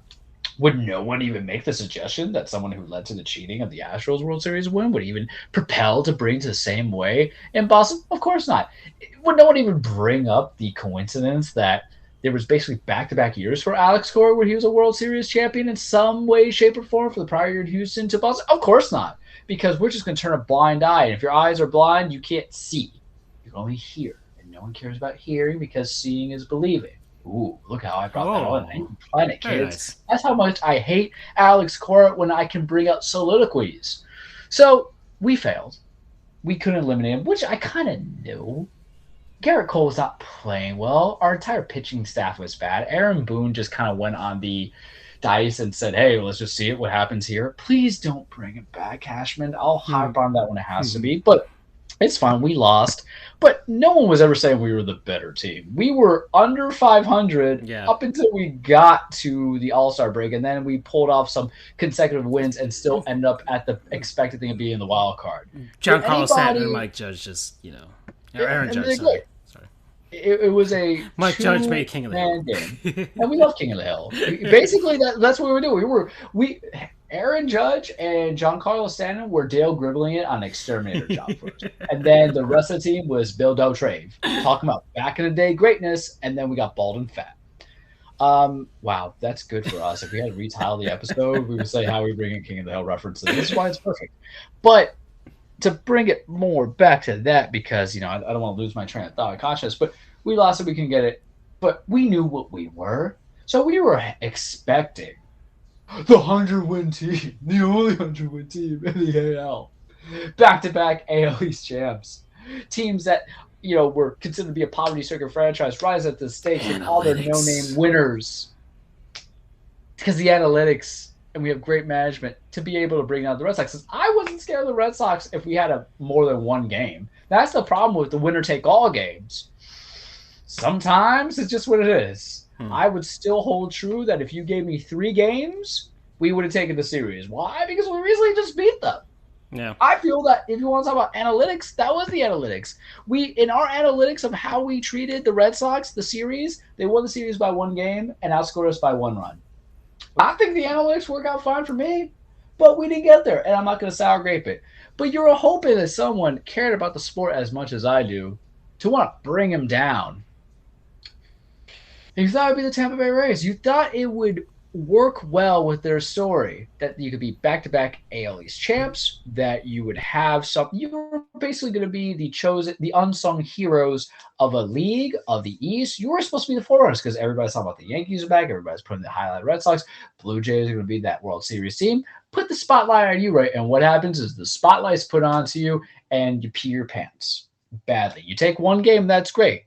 And then everything else was just outright bad playing. There was some bad call, sure, but the game that was the bad call, what happened, Francisco? It was like a ruling that made no sense. Yeah, we kicked the ball. Yeah, it's and so for some people, they were like, oh, well, that's what led to it, but you lost 14-6 that game. Yeah, that doesn't matter. And I understand, the mindset of being cost of, but 14-6, that's football stats. It was not, I'm not a smart man, but the maximum amount that you can get on a Grand Slam is how many runs, Francisco? 4, not 14. Things have happened. And then you lost 6-4, and then you were down 5-0. You were down 5-0. You came back. You could have stuck it to the man. To Alex Cora, the corruptor, the besmircher, the defiler of this great sport of baseball that I hope just dies if he wins a World Series. And they tied it up, and then it was done in the 9th. And what did I tell Andrew? Poor Andrew, but he's got to get a little bit because he was talking about smack on that Twitter figure along with some other people. This is a little bit of the clapback section, but this is also a reality: is that ties mean nothing. There's no moral victories, especially in the postseason. You only get moral victories when a team was 2-14 in football, becoming 7-9, 9-7 in baseball, being bomb dwellers, at least being they're a team extra, such as Toronto. And then they lost. The walk-off happened, and the heart was broken. And now I leave it to chaos. I'm like, go ahead, Alex Cora. I don't care. ALCS or American League cheating system. Go ahead. Do it. I don't care. Go Dodgers, go Giants, go Cardinals are gone. Go Braves, go whoever. I can't have Alex Cora win it. Okay. Because if Alex Cora wins it, I'm out. Yeah. I did the same thing last year. And I'm going to say it now. I'm out. Because maybe I was petty last year. Maybe it was raw for me because we didn't even get Houston in any games last year. Mm-hmm. So maybe you can see, but I got Houston, and we whooped them, man. We lost 1 game, and we whooped them everywhere else, and it was just so good. But what is the precedent is that you're not going to get justice from Rob Manfred. You're not going to get justice. You're not going to get humility from Alex Cora. He's going to loose lips, sing ships, baby. He's going to be quiet. He's going to be more hard to crack than a John Gruden email. Mm-hmm. You think Gruden's email goes JGGruden1 loves football at AOL.com? That's what it feels like to me. So that was it. And you know what's funny? I didn't watch any of those series. You know what I have been watching? And damn it, I hate West Coast baseball. Dodgers Giants has just been Oh fantastic, no, man. it's I'm just saying. that's beautiful. No, it's That's the the World series Series that for us. it's the best series of the postseason, and I mean, it might be the best one of the whole postseason. Maybe by the end of it, who knows? Like right now, I mean, look, San Francisco could win tonight, but do you really think they will? I mean, they barely won last night, and all the games have been close. So it's well, I mean, well, not all the games have been close. The Giants won uh, emphatically on the first game, and then the Dodgers had theirs. I mean, it's good. It's just two heavyweights going back to back. You know, It is Deontay Wilder, Tyson Fury. I don't know if you watch any of those highlights, I don't, but yeah. I've seen the memes. Seen the they've been memes. good. That Yeah. was a good fight too. It's just sometimes when there's a 30-pound difference, there's no coming back. Weight and power are very strongly associated in boxing. And you Mm, guys know I like my boxing. mm, Um, man, yeah. it's good stuff right there. I'll Yeah. tell you. So yeah, the Rays they lost. They're out. It's over, and there's just so much What on the line. happens? It's so much on the line. It's so much. Like I already said it before. This is worse than the plot of Major League because they're already like they're essentially moved. They're already moved in a sense. And, Like it's and I feel bad for Andrew and other Rays fans because they think that they needed to win this to prevent the move, but the move was always going to happen. yeah. It's just this was supposed to be the And intervention. I've been saying it. I've been saying it since we've been talking about since this came out, since the news came out. It was like this that Rays are upon. Major League Baseball either wants a brand new stadium in Tampa that they can show off and all that stuff, and have all the things and do their thing there, but and or they go to Montreal, which is the bigger market. I know Tampa people in Tampa or in the Bay Area are gonna be like, "What? How is that possible?" Check the numbers. The Quebec, Montreal, all of that. It's way bigger, and it's whatever the Canadian exchange and stuff. What they can make up for it for sure with the brand new stadium in Montreal. Because look, a lot of people there's a misconception with both the Rays and the Expos. Like, oh, you guys hated baseball. You guys never supported it. People supported the Expos, right? The 1994 baseball strike ruined everything for them, and then Jeffrey Loria became their owner and really screwed everything up. So the Expos just kind of had dealt a really bad hand. They were also very good at developing players, Charles, with very little money. No, everybody forgets that sometimes. And lo and behold, the Rays are doing the same thing, and it's history repeating itself now. But yeah. Anyways, that's what's going down there. That's the baseball playoffs. Oh yeah, by the way, the Mets and the Padres fired their managers, so Ooh, yeah. ooh, Jace Tingler is ooh. out from San Diego. He's no longer Hey, jacking it no more. they offered him like a position to stay in the organization, and why Mm, would you even like try to? You're uh, basically saying that you suck ass, and you it's know, look, watch. They're gonna pull off like oh, and then they're gonna bring him back like once the new manager loses the locker room. I have no idea. I don't know. Alex Cora in a different fashion. I guess in a weird way, except this is just for abject failure. And Can we comment on the fact that Tony La Russa and the White Sox are all overrated? Because remember, in opening day, that everybody, when Eloy Jimenez went uh, down, it was like, "Oh, this is tragic." Their aspirations were to be very good. It's more like Cleveland just kind of gave up midseason because they're look, going to go into the the rebuild. the Chicago White Sox, and look, this is the same opinion that I have for um, for the Atlanta Braves. It's the fact that they're not really good. It's just that they happen to be in a very bad division, and somebody by default had to win it.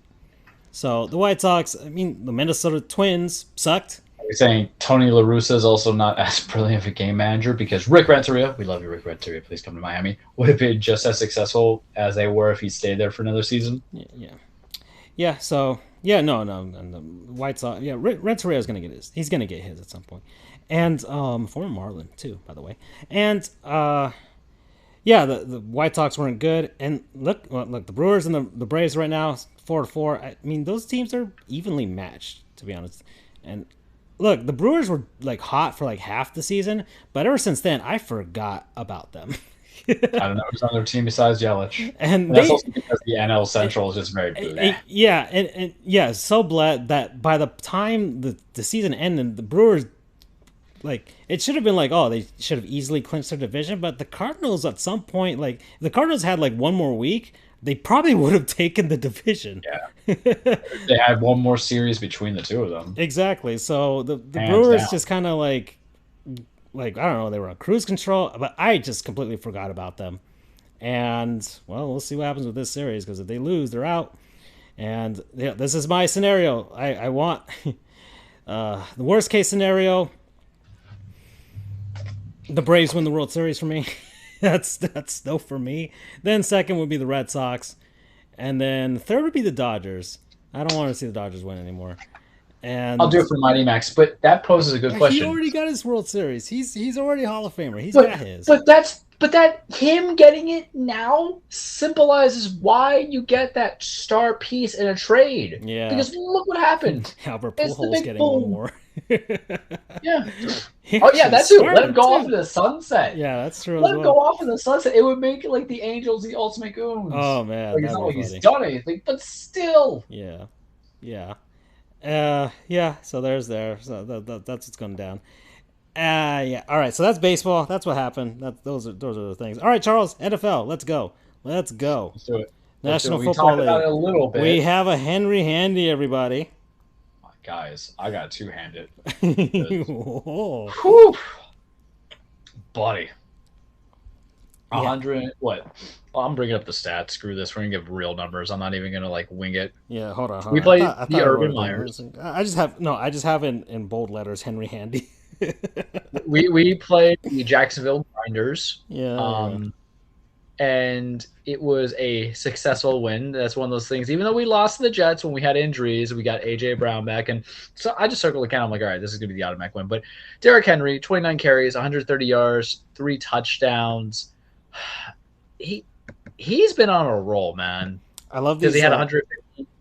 Yeah, I love these little insights the NFL has for. Yeah, keep going, and then I'll tell you all these insights that they have in the game. He had 150 yards like the prior week with 2 touchdowns. Mm-hmm. He's just been dominating. He has one bad game in the first game of the year, and everybody's like overthinking it. And then it's just like, buddy. First game of the year with one less preseason game, by the way, everybody. With one less preseason game. And since then, he has been just destroying it. He's at 640 yards and 7 touchdowns. So I was going to save this for later at the end of the NFL statement, but I'm going to say it now. There's people who have controversial opinions of who they want to be an MVP. They want the Keebler elf, Kyler Murray. He hasn't played anybody. I'll give him the win in Jackson or in LA, sure. But you want to give him that MVP. I'm not there yet. Same thing, you want to give it to Brady. You want to give all these people when there's a quarterback league. When you think about most valuable player, you think about who that team stems from and is a force through. A lot of quarterbacks have a wide receiver or two that help them achieve that greatness. Brady has all those receivers, Mike Evans, Chris Godwin. You have Kyler Murray, who has DeAndre Hopkins, who he gets baby vessels from me. We love DeAndre Hopkins in my house. The Tennessee Titans just have Derrick Henry, and everything funnels through Derrick Henry. All things go through Derrick Henry. Derrick Henry does not throw the ball, and his greatness is not relied on receivers catching the ball. His greatness is kind of seen through O linemen to open it up, but he'll pummel through a defender that kind of try him. Like he killed Darius Leonard a couple weeks ago on a screen. I'm saying it right now because he's got 640 yards and 7 touchdowns. If this man eclipses 20 touchdowns this year, and it's a big possibility, 7 touchdowns is what a lot of running backs end the season with or less. And he's already got close to 1,000 yards. So if he finishes it with more than 1,500 yards, which is possible, I'm just being nice and reducing it, and 20 touchdowns, give him the MVP. I don't care. Who's the last? Last time was Adrian Peterson when he broke 2,000 yards in 2012. Okay. And Derrick Henry broke it last year. And the year prior to that, 2006, when LT had 28 touchdowns last year. Yeah. So tell me why. And here's the thing: Adrian Peterson's Vikings, they didn't go to the playoffs. They were 8-8. Mm-hmm. LT, I think, went 13-3. So maybe I'll go there. But we're getting that division. The entire AFC South is just trash. So explain to me Why it can't be Derrick Henry to be MVP Francisco if he comes close to breaking 2,000, does break 2,000, and then breaks 20 touchdowns when Yeah. it is clear that Ryan Tannehill is just taking the backseat and he is just basically smartly Brad Johnsoning this game to bring back a John Gruden callback. Yeah. That is my controversial take because I know it's a quarterback league. That's what the whole offensive player of the year is for. You can't give Derrick Henry Offensive Player of the Year. Yeah, he can have the rushing title, but at this point, it's just not even fair anymore because all he does is win the rushing title 2 years in a row. Mm-hmm. Go for the MVP. Yeah. Do it. I mean, if he, so that's my give. That's why he's getting the Henry handy, but he's Yeah. also getting like the most I mean, monumental handy. there's just so much stuff. There's Derrick Henry had his 5th career game with 130 plus rush yards and 3 plus touchdowns. I mean, come on now. You got Derrick Henry's score in the 4th quarter was his 14th rush touchdown and 11 career games versus the Jaguars, which is the most by any player in NFL history. Derrick Henry has surpassed his own record, 672 in 2020, for the most scrimmage yards to the first 5 games of a season in Titans/Oilers history. He's joined Hall of Famer Earl Campbell with 69, very nice, as the only players in Houston, Tennessee history with 60-plus rush touchdowns in their first 6 seasons. I mean, my goodness gracious, Charles. Tell me why he's not going to be MVP if he breaks all the records. Yeah. Why? Because it's rigged, and everything's rigged in the NFL. I mean, I'm just trying to think of, like, you want to give it to... I can't... I don't know. Like, Kyler Murray... They're saying Kyler because they're 5-0. And you look at the team he's played, the only real team that he's played is San Fran, who had to go with Trey Lance, and it showed. Mm-hmm. And then he beat the Rams. I'll give him that he beat the Rams. Yeah. Brady... Maybe Stafford, Mahomes if he gets it around. Because maybe the analytics can help us with this. Who knows? You would think it'd be like just somebody just seeing it. I don't have no idea. But anyways, let's keep going. It's just kind of like how Felix Hernandez won a Cy Young on a losing team with a losing record. Like I'm hoping that'll be a thing. You know, with the Henry Handy, we get the handiest of Henry. The handiest of handies. Yeah, exactly. So all right, so there's that. I only watched half of the Dolphins game, everybody. So the Miami Dolphins are terrible. Miami Dolphins are terrible, guys.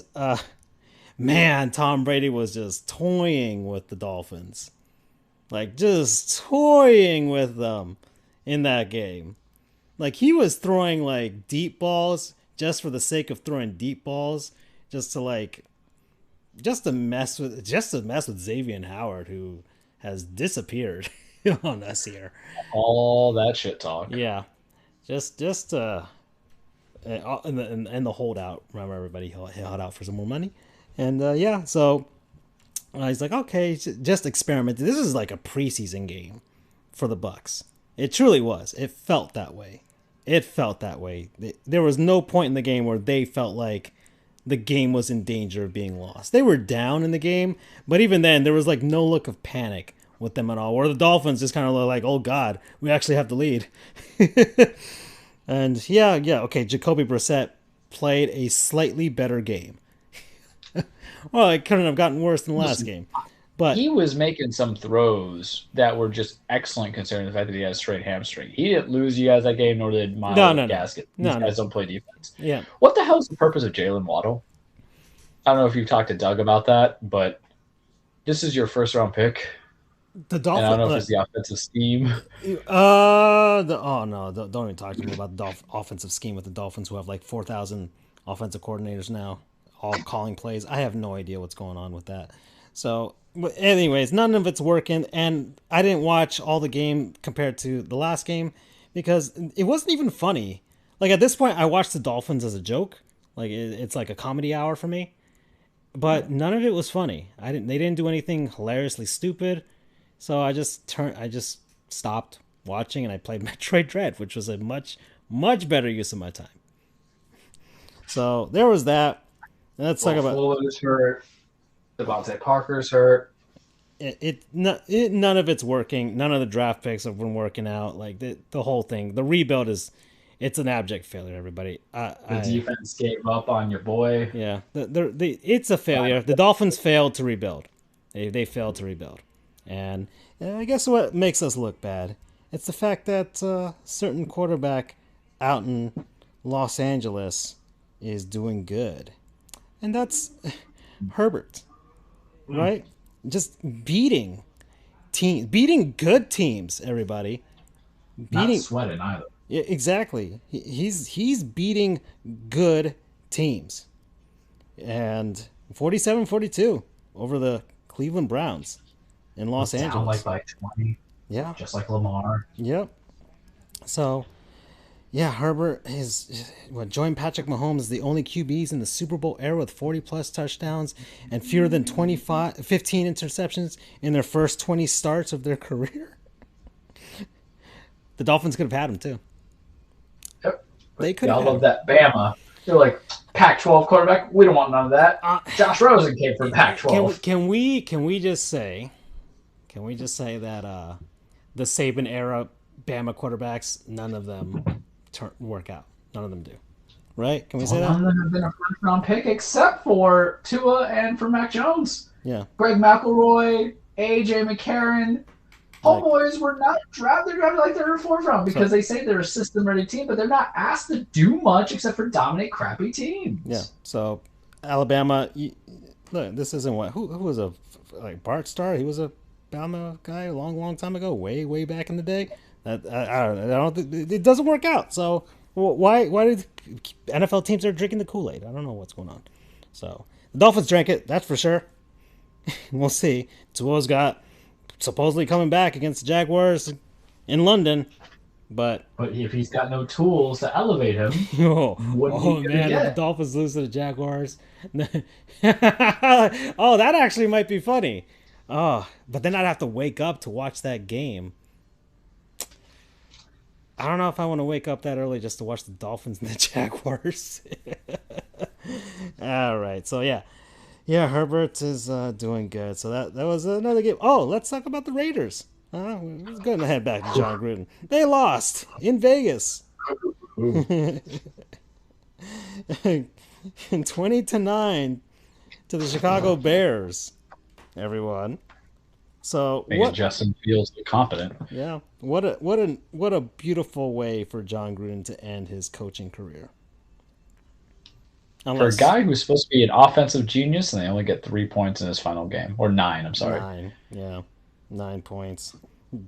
Derek Carr with what's it, 22 for 35, 206 yards, one interception, no touchdowns. So Mike Mayock's out, right? Got to be now that Gruden's not there to be, the human meat shield, or utilizing him as the human meat shield for Mike Mayock, yeah, because he has not drafted well at all. no. So yeah, no, the Raiders trying to I don't know unless they keep it going, just try and justify the fact that they're in Vegas. They're trying to get this fan base. I mean, it doesn't matter with the fan base. Honestly, they already got the fan base, and Vegas is just Raiders fan base ain't going destination anywhere. cities, right? It's just people road. There'll be a road city. There'll be a road city. Yeah, and they have a legacy to still be relevant. It's just, you know what, man? I'm a jerk. I already know this because the reason why I laugh about this Gruden thing, the Raiders, because of course it happened to the Raiders. It's not as if it happened to a very neutral team that everybody seems to be kind of about. And I'm trying to think of what that team would be, but it's kind of like the Cincinnati Bengals. It's not like it's that kind of team. Because there's some teams that can kind of get away from it. Deflategate, for example. Yeah. Patriots, okay, we all turned an eye because we remember it was a 45-0, or like 45-14 win for them. So it wasn't like no big deal. But it happened to the Raiders, who is known for having an abrasive owner that everybody only loves him now because he's been dead for 10 years, but no one could stand Al Davis when he was alive. Right. Unpopular opinion, that is true. The fact that they would just get the problem cases. Tom Cable was known for punching his assistant in the jaw straight up. Hiring Mike Mayock, whose biggest claim to fame was not having any managerial experience, but being the guy who you listen to on fantasy football. And then now they get back John Gruden. And then the other thing they want to be known as Mark Davis's like ass backwards haircut. Yeah. What the hell? Like, can we just finally talk about the guy looks like a stand-in for a pop figurine with that hairdo. I can't get behind it. It's just so bad. It's because I'm a little vain. I take care of my hair because I know one day it might leave me. My grandfather's 91 years old today, so he's got good hair. I don't want my hair to be like Mark Davis. I want my hair to be like Grandpa. Yeah. Oh, okay. So let's keep. Let's see. Oh yeah, it's the Raiders. They lost. That's the way John Gruden's career ends. The Minnesota Vikings beat the Detroit Lions. Oh. So, 54-yard game-winning field goal for Dan them. Campbell almost crying. Did you hear about that? Did you see that? No, I didn't see. He's literally in tears about to cry. And this is the man who he wasn't my cup of tea when he was hired because he's like, we're gonna bite them at the knees. He's that guy. And then it turns out, now he's about to cry. I feel like Tom Hanks is still crying baseball because he's feeling emotional because his team lived down. I'm like, you knew what you were signing for. This is the Detroit Rebuild Lions. Yeah. And, I don't think people are going to feel that sympathetic because what happened was they had the lead and then the final 45 seconds occurred. Yeah, exactly. But, yeah, that's right. They're winless still, so they're definitely tanking. A glorious tank that they have there. The LA Rams beat the Seahawks. So Charles is happy. All right, real quick, hate train. Yep, we're back on the hate train, everybody. Well, it's all season long. Remember, my dislike of Aaron Rodgers and the Packers is going on the back end. It is going straight to Seattle. Why? Because of the cheating that was happening when we had to play them, and it was a safety. They didn't want to call it safety and all that other stuff. So the greatest thing has happened. Russell Wilson broke his finger. He is out for 4 to 6 weeks. We are getting Geno Smith. Good for Geno Smith for still being around. He's stuck around. He's stuck around. He's getting a chance, but this is great. Paid. This is great. Forget your franchise, Seattle. You're more known and noticeable for, what you missed instead of what you could do. You're known for losing a Super Bowl instead of the one that you actually won. Your quarterback is married to, Sierra, who had to be with Future, and that's concerning. And, DK Metcalf, you only one run route. I would not say that's his face because you beat the shit out of me. Tyler Lockett, you could suck it. You helped me lose in fantasy football when I was playing against you. I hold those grinds. Richard Sherman's going to go win a title in Tampa. Y'all ain't nothing. Love it. All right, Seattle. Yeah, in Seattle, you know what? Just look forward to your new hockey team. They play tonight, right? Oh, well, the Lightning are losing 2-0 to the Penguins, so that's good for the Panthers. This is not Andrew's year. Think about it. What if it went from high hopes for the Rays and then high hopes? Maybe it's the sports gods for the way he just bandwagon on the Buccaneers as soon as they won the Super Bowl. I'm not saying it, but you said it, because I have any other 29 other teams. Look, I'm just a miserable Miami sports fan, so I'm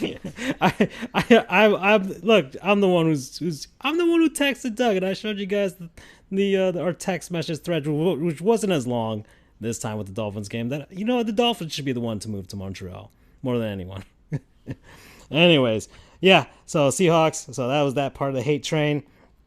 Let's see, tank ball between the Falcons and the Jets, 27-20 between those two teams. The Saints beat the football team out in Landover, not DC, but Landover, Maryland. Patriots beat the Texans. It didn't look like that was going to happen. Poor Davis Mills. Yeah, but that didn't happen. The Patriots actually won. Yeah. The hate train isn't stopping in Green Bay right now because they barely beat the Cincinnati Bengals. Oh, but they're trash. Yeah. But hey, man, the Bengals are trying. Look, someone has to win the Bengals NFC North. Trying. Okay? They are trying. They really are trying. Yeah. Jamar Chase. That's the problem with y'all Twitter finger people out there. You're saying Jamar Chase because he drops balls in preseason. Ain't gonna be nothing. Guy has like 600 yards. Where's the talk now? He's obviously loved by Joe Burrow as a rookie. I almost said Wookie. As a rookie, when you have established guys like Tyler Higbee and Tyler Boyd on there. Right now, he has 456 yards and 5 touchdowns. 5 touchdowns. That's a lot. We're 5 games into the season. What could the potential be? I'm defending Jamar Chase against the Twitter people on the internet. Good for you, Jamar Chase. Good for you, Joe Burrow. Stop making mistakes, though. Okay. Steelers actually won a game. They won over the Broncos, but the Broncos are the Broncos. So, yeah.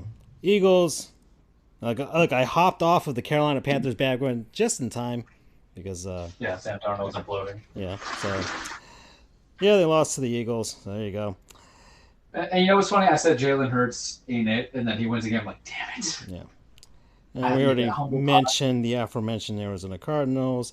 The Cowboys destroyed the Giants. There that happened. Hey.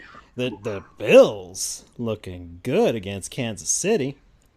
Nope, nope. I'm not buying into Charles it. is not buying into it yet. It's Nope. just I regular have to get season, to it. huh? They, I Let, mean, let me. when That was my yeah, yeah. Go that ahead. was my thing, and that was my thing when I told you. I mean, yes, Regular it looked good. season.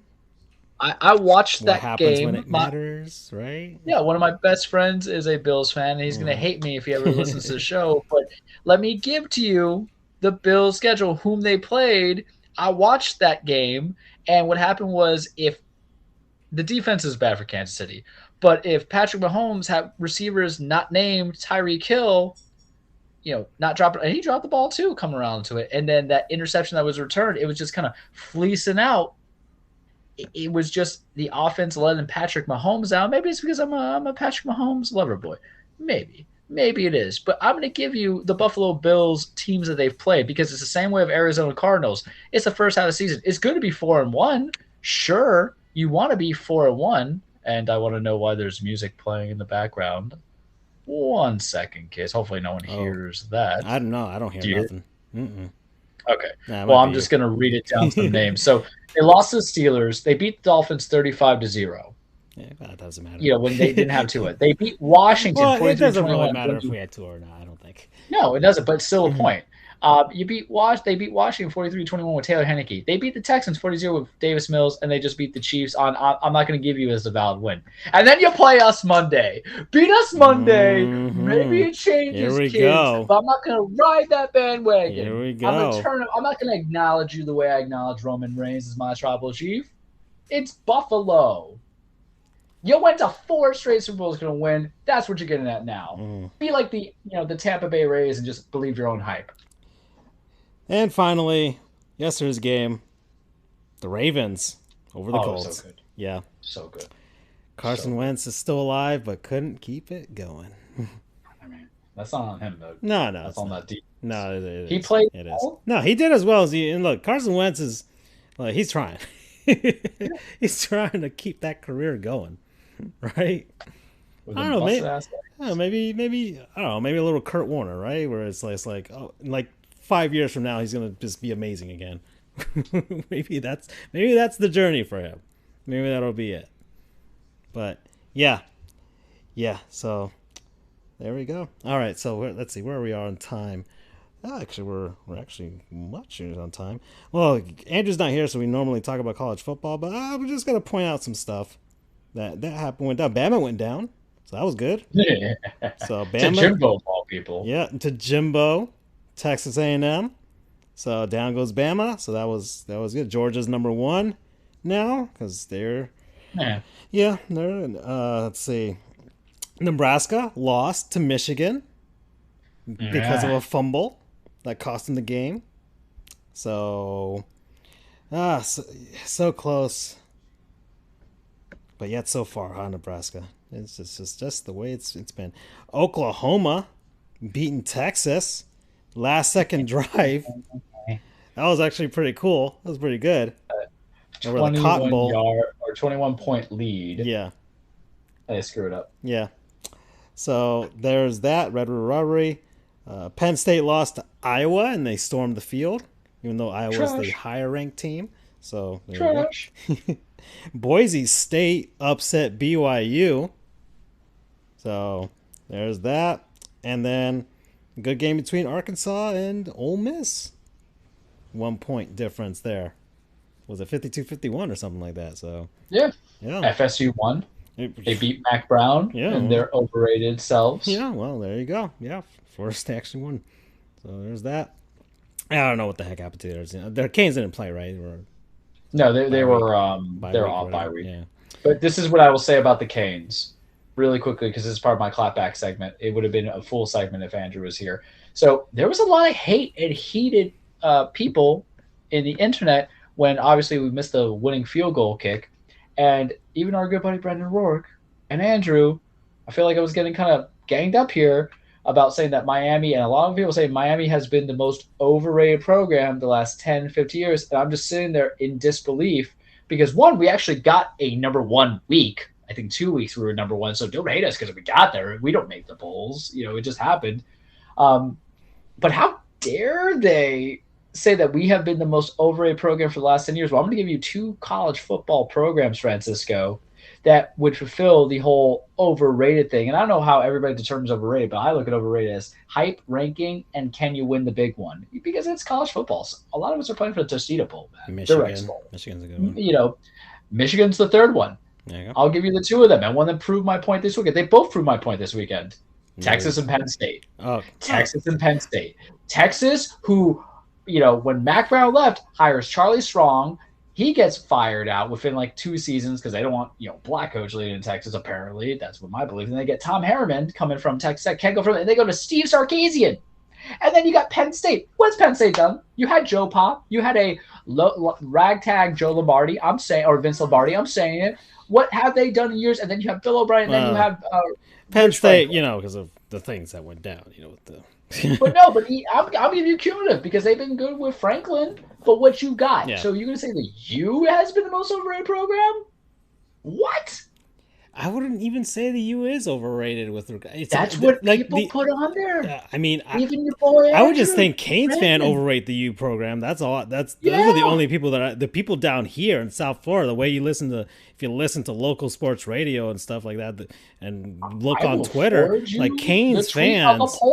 Canes fans are always overrating themselves because every year they think the U is back, and it never is, and it never will be. But yeah, I can't say that Miami's the most overrated. The body of work isn't there compared to what you have with like Michigan or anything like that. I wouldn't say. And Michigan's gonna fall. They're gonna.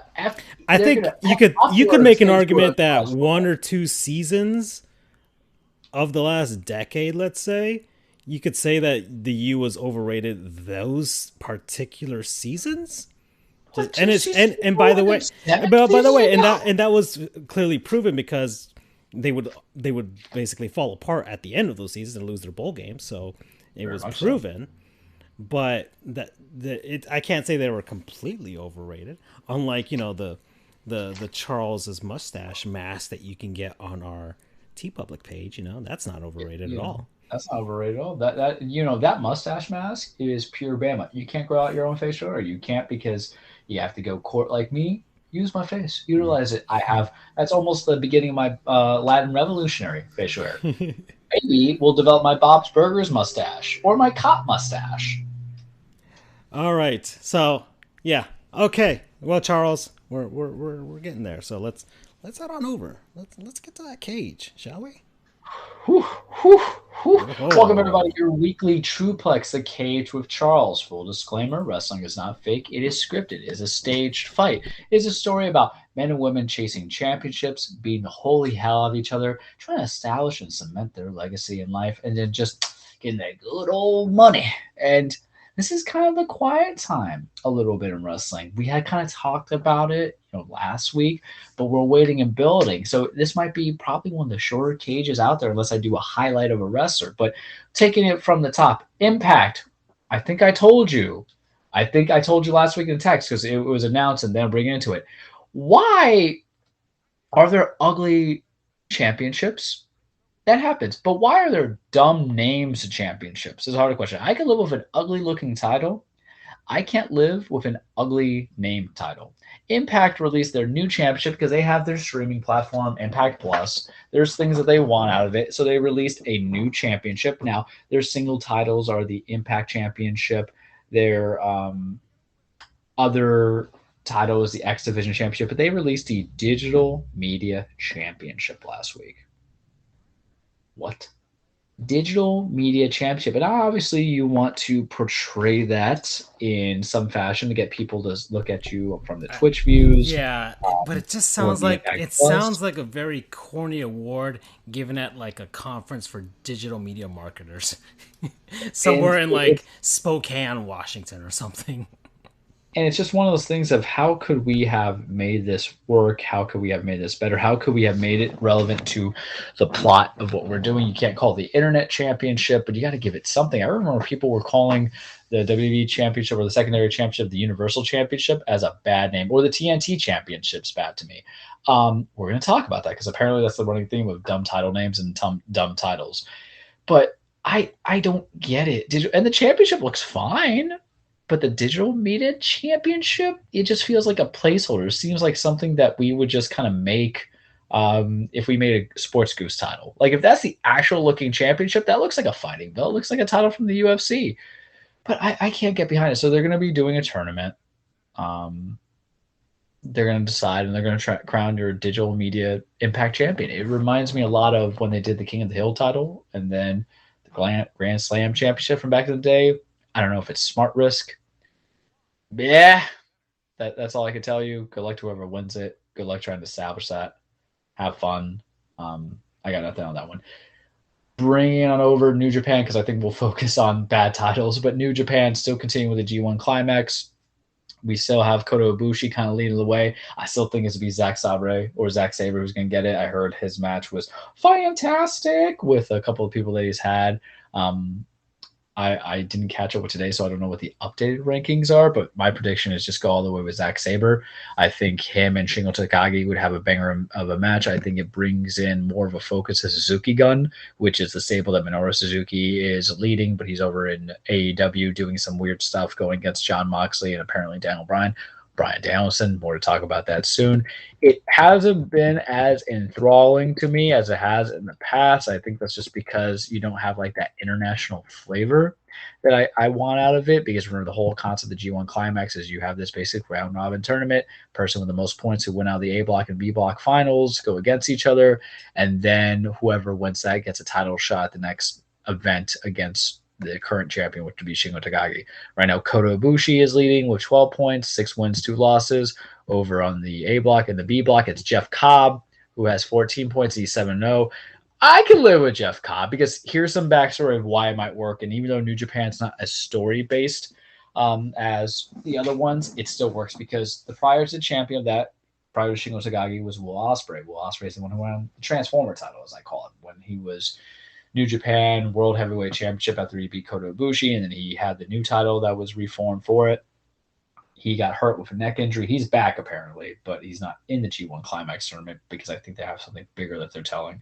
Jeff Cobb and Great O'Karn are part of the United Empire, which is Will Ospreay's faction that he leads. So what if your whole thing is you have Jeff Cobb winning the tournament, supposed to go against Shingo Takagi, and then he vacates his spot for Will Ospreay to come back and he wins it back? I can kind of get behind it because WWE does a lot of rematches when champions lose the belt. Other places don't really do that. New Japan's like, nah, man, it's back of the line kind of stuff. This ain't like boxing where you're Anthony Joshua, asking for a rematch because you got clocked again out of nowhere by Usmik or whatever his name is. And AEW hasn't really established that kind of personality either, where the champion who lost gets an automatic rematch. And I'm a sucker for automatic rematches because we talked about last week, Francisco. It's about getting the stories to work because how do you write a storyline without a championship? It's kind of hard. You agree with me. So rematches kind of extend feuds, kind of pull off a caper. They get what it needs to be done to be done. I think that would be cool, but maybe not. I still think they should go with Zack Sabre, pull it out a few bits because I want to see that style, but chances are it's either going to be Jeff Cobb or they give you Kota again, and the match is going to be good. Bring it over. Let's go with AEW. This Friday on Rampage is going to be interesting because AEW and WWE are crossovering each other. So WWE is doing a supersized portion of SmackDown, so it's going to run an additional 30 minutes. So instead from 8 to 10, it's going to go 8 to 10:30. And it's going to interfere with AEW Rampage, which is what they have on TNT. So AEW has been like, oh, we're going to up the stakes. And they have Daniel Bryan or Brian Danielson going. It's still weird for me to go back to his old indie names, but he's going to have I think the Braves just won. Brian Danielson going against Minoru Suzuki, which I don't like to watch wrestling on Fridays because I got to do things. So, yeah. Yeah, my buddy just texted me. I'm like, I don't like to, do certain things. I'll watch wrestling on Fridays, but I might have to watch that match, but given the fact that AEW disappointed with Jon Moxley versus Minoru Suzuki in AEW, um, I don't want to kind of watch it if it's going to disappoint. So, but since it's on Rampage instead of Dynamite, I think that gets the time in. Last weekend or last week on Dynamite, they introduced the secondary title, the much rumored TBS title, and it's going to go to be the women's second division. Charles has gripes. One, the title is ugly. And people say, oh no, you'll learn to like the title. No, I think it's ugly. Britt Baker, DMD, who is you see it, right? Yeah. It's just so bad. It's just so bad. It's bad. There's no other way to say it. It's bad. I don't like the blue. I like the gold is fine. The blue and then the TBS logo just it doesn't work, man. It's so and then what? Like, oh my god, the TBS isn't logo. Isn't it kind of sycophantic? You already have the TNT title, and the TNT title, I let it slide because your show's called Dynamite, and it's primarily, called Dynamite. Yeah. So TNT and Dynamite, but what? I mean, this is all like maybe they'll have a Cartoon Network champion, an Adult Swim. Well, champion. That's what Britt Baker, DMD, made that statement on. She goes and says, y'all call it TBS title, but you could just call it the Cartoon Network title because now it's going to be the secondary title for the women. And it just made more sense to just have a women's tag team belt because, unfortunately, it doesn't make sense to me to have a mid-card for a women's title. When one, you don't have the same variety of women or expansive growth of women to use as wrestlers. Some of them are still green or you don't have the roster. And then two, I think it's going to cause like that confusion. The TNT title is a mid-card title. The AEW championship is the main title, but can we say the same thing about the TBS title? And they're going to do a tournament starting in January. Jade Cargill, Ruby Soho are probably going to be the last two, and it'll probably go to Ruby. I don't think it would go to Jade. I think Jade would actually be the one who beats Britt Baker, DMD, to get it. I just don't like that title, man. I feel that it's a little bit of ass kissing. Sorry, Tony. Sorry, Cody. Follow us on Twitter. Danfrey Holidays, Charles the True, FJOJR, all that other fun stuff. But it's not my cup of tea. It's kind of ugly. The blue doesn't work. I mean, look, how many times did the TNT title have to be redone? A lot. And they provided the title when it wasn't completed, and then Brody died, and they redid it, and then they gave it to Miro, and Miro changed from the red to the green. The TBS title is just a no because it seems such a that's like if it looks like if we made a Sports Goof title. We kept the gold and we just put the S and the G and we had the blue and gold. Yeah, and we had the blue that we use instead of that Robin's egg blue that they use there. And I just can't get behind it in any way, shape, or form. So I'm not necessarily a fan of it. But look, at the end of the day, it's their world. We just live in it. So if title means nothing without the right kind of champion, the right kind of challenger, so best of luck to them. I mean, if we're going to go with this corporate sponsorship, Warner Brothers title. Yeah, DC Comics title, WB title, it's fine. You got Malachi Black Looney in there. Tunes. Do a new Space Jam spinoff. I have no idea. Space Slam. Holy crap. Remember when we made our own TV show? Oh, no, the Venus Williams or the Serena Williams show. Was it? Was it Jam? Peanut Butter and Jam? I don't know, something like that. No, I thought we called it Aces. Yeah, or something like. Yeah, exactly. It was supposed to be Aces, but it was supposed to mean something. Something about peanut butter. Oh, it was a spin-off to Sausage Party. Yeah, that's right. So that's what I would do. You make Space Slam because I mean listen, hold on here. Oh, here we go. But if you put like Tasmanian Devil and Brock Lesnar in a ring together, I'm for it. But that's WWE. So we go to AEW. So if you put Eddie Kingston and the Tasmanian Devil, I'm for it. You could put MJF and Bugs Bunny. No, Daffy Duck. Because like Disney, and we're gonna do like a tie-in, with WWE Disney like buys that. WWE. Well, when they buy WWE, I mean, you had Scooby Doo and WWE stuff like Scooby Doo WrestleMania. These are real things. I'm just saying, but now AEW is connected to the Turnerverse or whatever you want to call it. So yeah, they could do it with like DC or Cartoon Network stuff. That could be a thing. Could you just imagine? You could have the Powerpuff Girls, and you have a Powerpuff Girls stable. That'd be badass. Yeah. Johnny Bravo, the Space Slam. We made it. It's us. We're trademarking it. AEW. If you want that, or at least make it into a video game. You know, unlike was it the Nickelodeon All Star Smash or whatever they just made? Brawl. Yeah, Yeah, All I Star can't Brawl. buy that because there's no sound effects. There's no care. I Oh watched no, like a 5 minute yeah, gameplay of it. I'm yeah, I like, no, saw that. thank you. Yeah, there's no voice. There's no voice. Like they didn't even get the voice actors for these characters. Yeah, Like because it's just a hollow. It's a hollow mashup. The game might exactly. actually be legitimately fun, but if you're using license rights, I expect license But it's things. Nickelodeon's own thing. You would think they could at least gotten Tom Kenny to voice SpongeBob has to make noise. He has to speak. They Like don't you're even not have getting Squidward. I want to see somebody. He has like all those tentacles. He would have been a like perfect brawler. like you have all the Teenage Mutant Ninja Turtles, and you could get all those voice actors. I don't care if they're unionized or not. You can get So all of them together.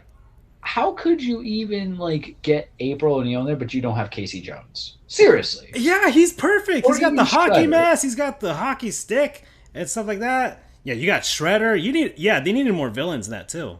They needed more Yeah, like villains. seriously. I mean, Like you have that's the only Zim, but I Zim think is, I that don't even know if Zim's really a villain because he's so incompetent. yeah, Zim is not a villain whatsoever. I Exactly. mean, they could have had the Fairly Odd Parents dude in there, who's basically me in another 10 years. They have Crocker. no villains. Yeah, Crocker. Yeah, Fairies! no one wants to beat the nice people. Don't want to beat each other Yeah, up. I don't everybody even think wanted that Jimmy you have. Neutron's dad. They could have done that for the Yeah, meme. and you're gonna bring Avatar, which is ripe with certain things, but you just bring a Toph and Aang. I'm like, Yeah. come Oh on, no, they man. had Cora. They had Cora. She was in there. I mean, Yeah, that's but not the she's not original. really a Yeah, no, villain. I know, but yeah, not the Yeah, same. so that's Yeah. the hard part. I'm like, so why would they want to beat each other up? It's the same way of how Sony did their All Yeah, Star Brawl PlayStation All or their Stars. equivalent. Yeah. I'm like, get some bad guys in there. Your only bad guy was like Kratos. I'm Yeah. like, come on, That's true. You you know. needed gosh, what was Zuko's sister's name? Oh, Uh oh God, it started with a Z, right? Zula. Azula. Yeah, they should have had her. Like she was No, badass. because everybody wanted to be Azula because Azula was like straight up badass. Yeah, exactly. Could have been that. We Yeah, we Zula. There you loved go, we BU. loved He's listening. Yeah, he gets it. yeah. Um, yeah, we could have had her.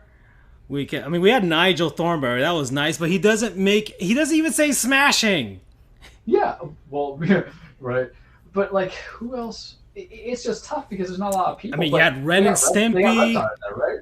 Yeah, Reptar was in there because that's like the only legit. I mean, well, I mean, really, He's a Gaijin. After Smash Brothers, really anybody can be made into a fighter at this point. Yeah. So they could have done something with I like, mean, you could have had. You know where they but messed I up don't on think they was wanted to be because like people Disney owned beating it. up on babies. That's probably what it was. I mean, there's a certain people that will want to maybe punch Chucky Finster in the face. I'm just saying, Yeah, get a like, swift Chucky nunchuck to the side of the head by Michelangelo. That would have been funny to see. yeah, I mean, but you could have Shredder, you could have Krang, you just bled out the Yeah, resources that you had. You could have Danny Phantom. He had villains. I never watched the show, but I yeah, know he had villains. yeah, You yeah. know, They needed what was some iconic um, fighters. Like Cartoon Network has already done this, by the way. They've already done their own version of yeah, Smash Bros. they've done that Came out like for on the like the game. Xbox 360 and like the Wii or whatever, but no, the PS3. Sorry, I don't think it came out on the Wii. That was like a long, long time ago. But they You had know, the like problem is with fighting games, everybody's game for it. Like, yeah, I'll play any kind of fighting game if the mechanics are good and it's not cheap. yeah. And at least that one had like a story mode and stuff like that. Like the ending, like the final character you unlock was Captain Planet. That was a nice nod. It was I've seen the cutscenes from that. It's pretty fun. But this one felt so lifeless. It's like you guys had the opportunity for the PS3 or PS5 or 4 and Xbox owners to have a little something. You know, but whatever. Okay. Oh man, that was a massive tangent. But back to the cage. So hit me up. See, that's It's the down. that could be the TBS belt could have appeared in. And the game you're talking about is Cartoon Network Battle Crashers because I'm on my Yeah, there we Switch, so go. I went on it to Yeah, see what they had, and yeah, it's $249 right now there you on the go. eShop. So me, I'm like, $249 is not a lot of money. Yeah. I watch me some Adventure Time. Come along with me and the Butterflies and the Bees. So bringing it back. So AEW, they're gonna have that Rampage match. Brian Danielson. It's so tough because he's originally Daniel Bryan and he's not Daniel Bryan anymore. It's Brian Danielson gets Minoru Suzuki. I'll watch. Hangman Page is back.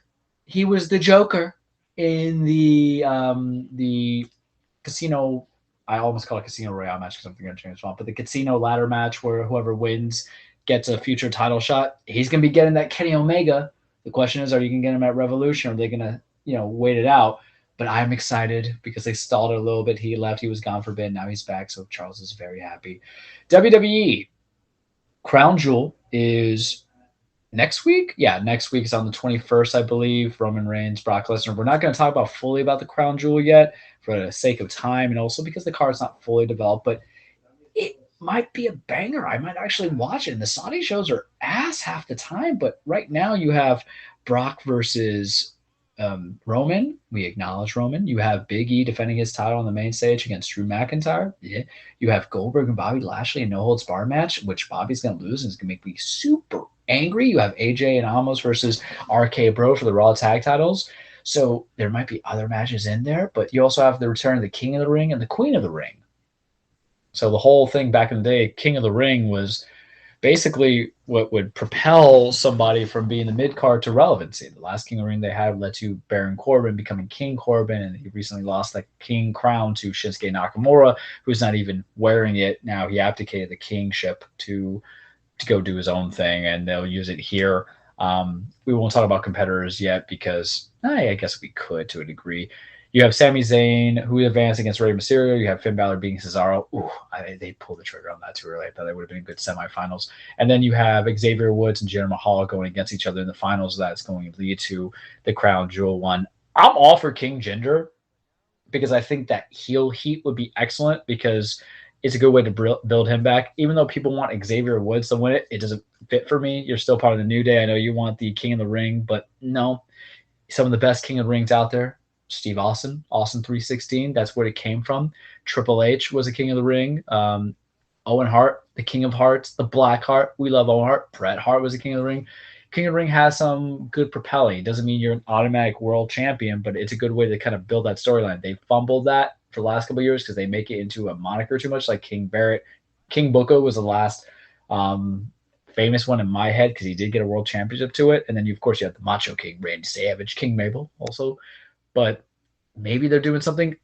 I don't like the idea that's going to be Finn Balor is probably going to win it. He's already the prince, and now he's going to put as the king. Poor Finn's trying to come back from that questionable decision-making at Extreme Rules. Still a good match. Him and Sami Zayn should be fire. But I can live with Finn Balor versus Jinder Mahal with Jinder winning because it's all about that heat, and a good heel has the best heat on him. Then they have the Queen of the Ring. I'm going to save my breath on this one. If it's not Shayna Baszler who wins it, I don't want none of it. She's already the Queen of Spades. Verify it. Let her go on SmackDown, be a champ, choke out Becky Lynch, win that championship, and become a monster. Let her be who she needs to be. There's other competitors. Her and Doudrop are probably going to go into Australia. That's right. Doudrop's a wrestler. It's used to be Piper Niven, but Vince changes names. There's probably more to come in there. I haven't looked into the Queen's Crown tournament, but I'm already biased. What can I say? But I'm interested in Saudi, man. I'm interested in the Crown Jewel, and usually it's just a cheap gift. Oh, there's the bracket. Okay, I'll look at the bracket real quick. Selena Vega beat Toni Storm. That was a bad decision. Carmella beat Liv Morgan. That was a bad decision. So, I mean, Carmella versus Shayna? Sure, but it makes me feel like Doudrop's going to win, and Vince likes his character. So, Doudrop, Carmella. I don't know. I just think you should just give it to Shayna and just let her just outright destroy it. Wreck it. But it'll be interesting that comes what happens. Right now, NXT is going to have the North American title match on as my dogs bark when I talk about important things.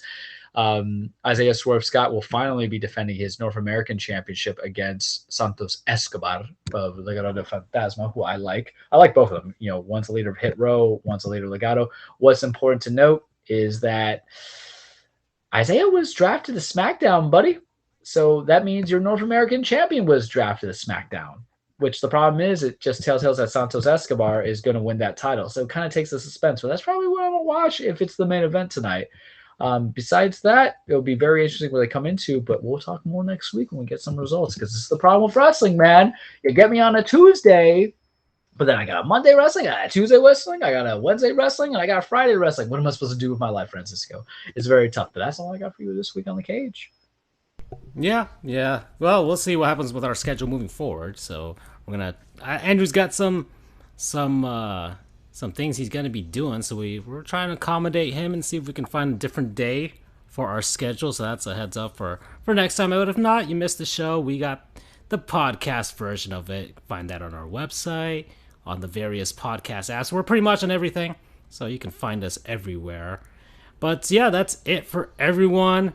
Final look at the score crawl right here. So yeah, the Astros have moved on. The Atlanta Braves have moved on. Dodgers are up 1-0 on the Giants. And the Pens are still up 2-0 on the Lightning heading into the third period.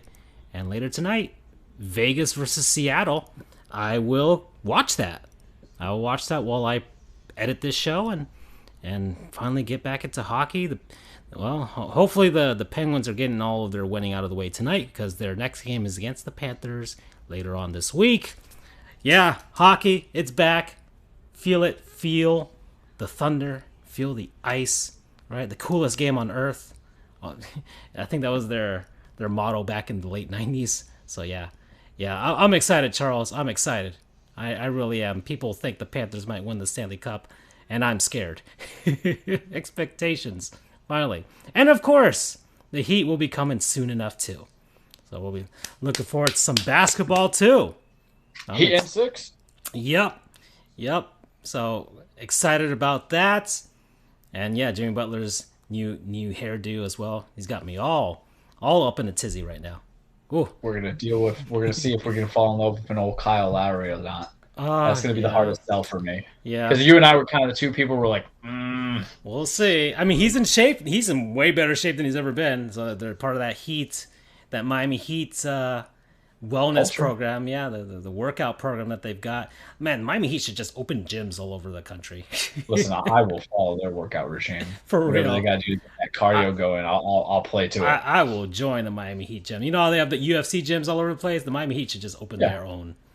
Yeah. Well, it's all nutrition. The first thing Pat does is goes, "You don't eat any sweets," and that's where that's why I couldn't make the roster. I was literally like, I went to Jimmy John's and I had the triple chunk cookie. When I got home before the show because I need my sugar, I had an Oreo. I wouldn't survive. Pat would fire me. Yeah. All right, that's it for us, everybody.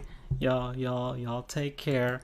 We'll see you next week for our 118th episode. Oh man, we've been doing this a long time. All right, bye. Have a good night. Good night. Good evening. Good afternoon. Take care. Whenever you listen to this. Yeah, sure. Take care. Bye.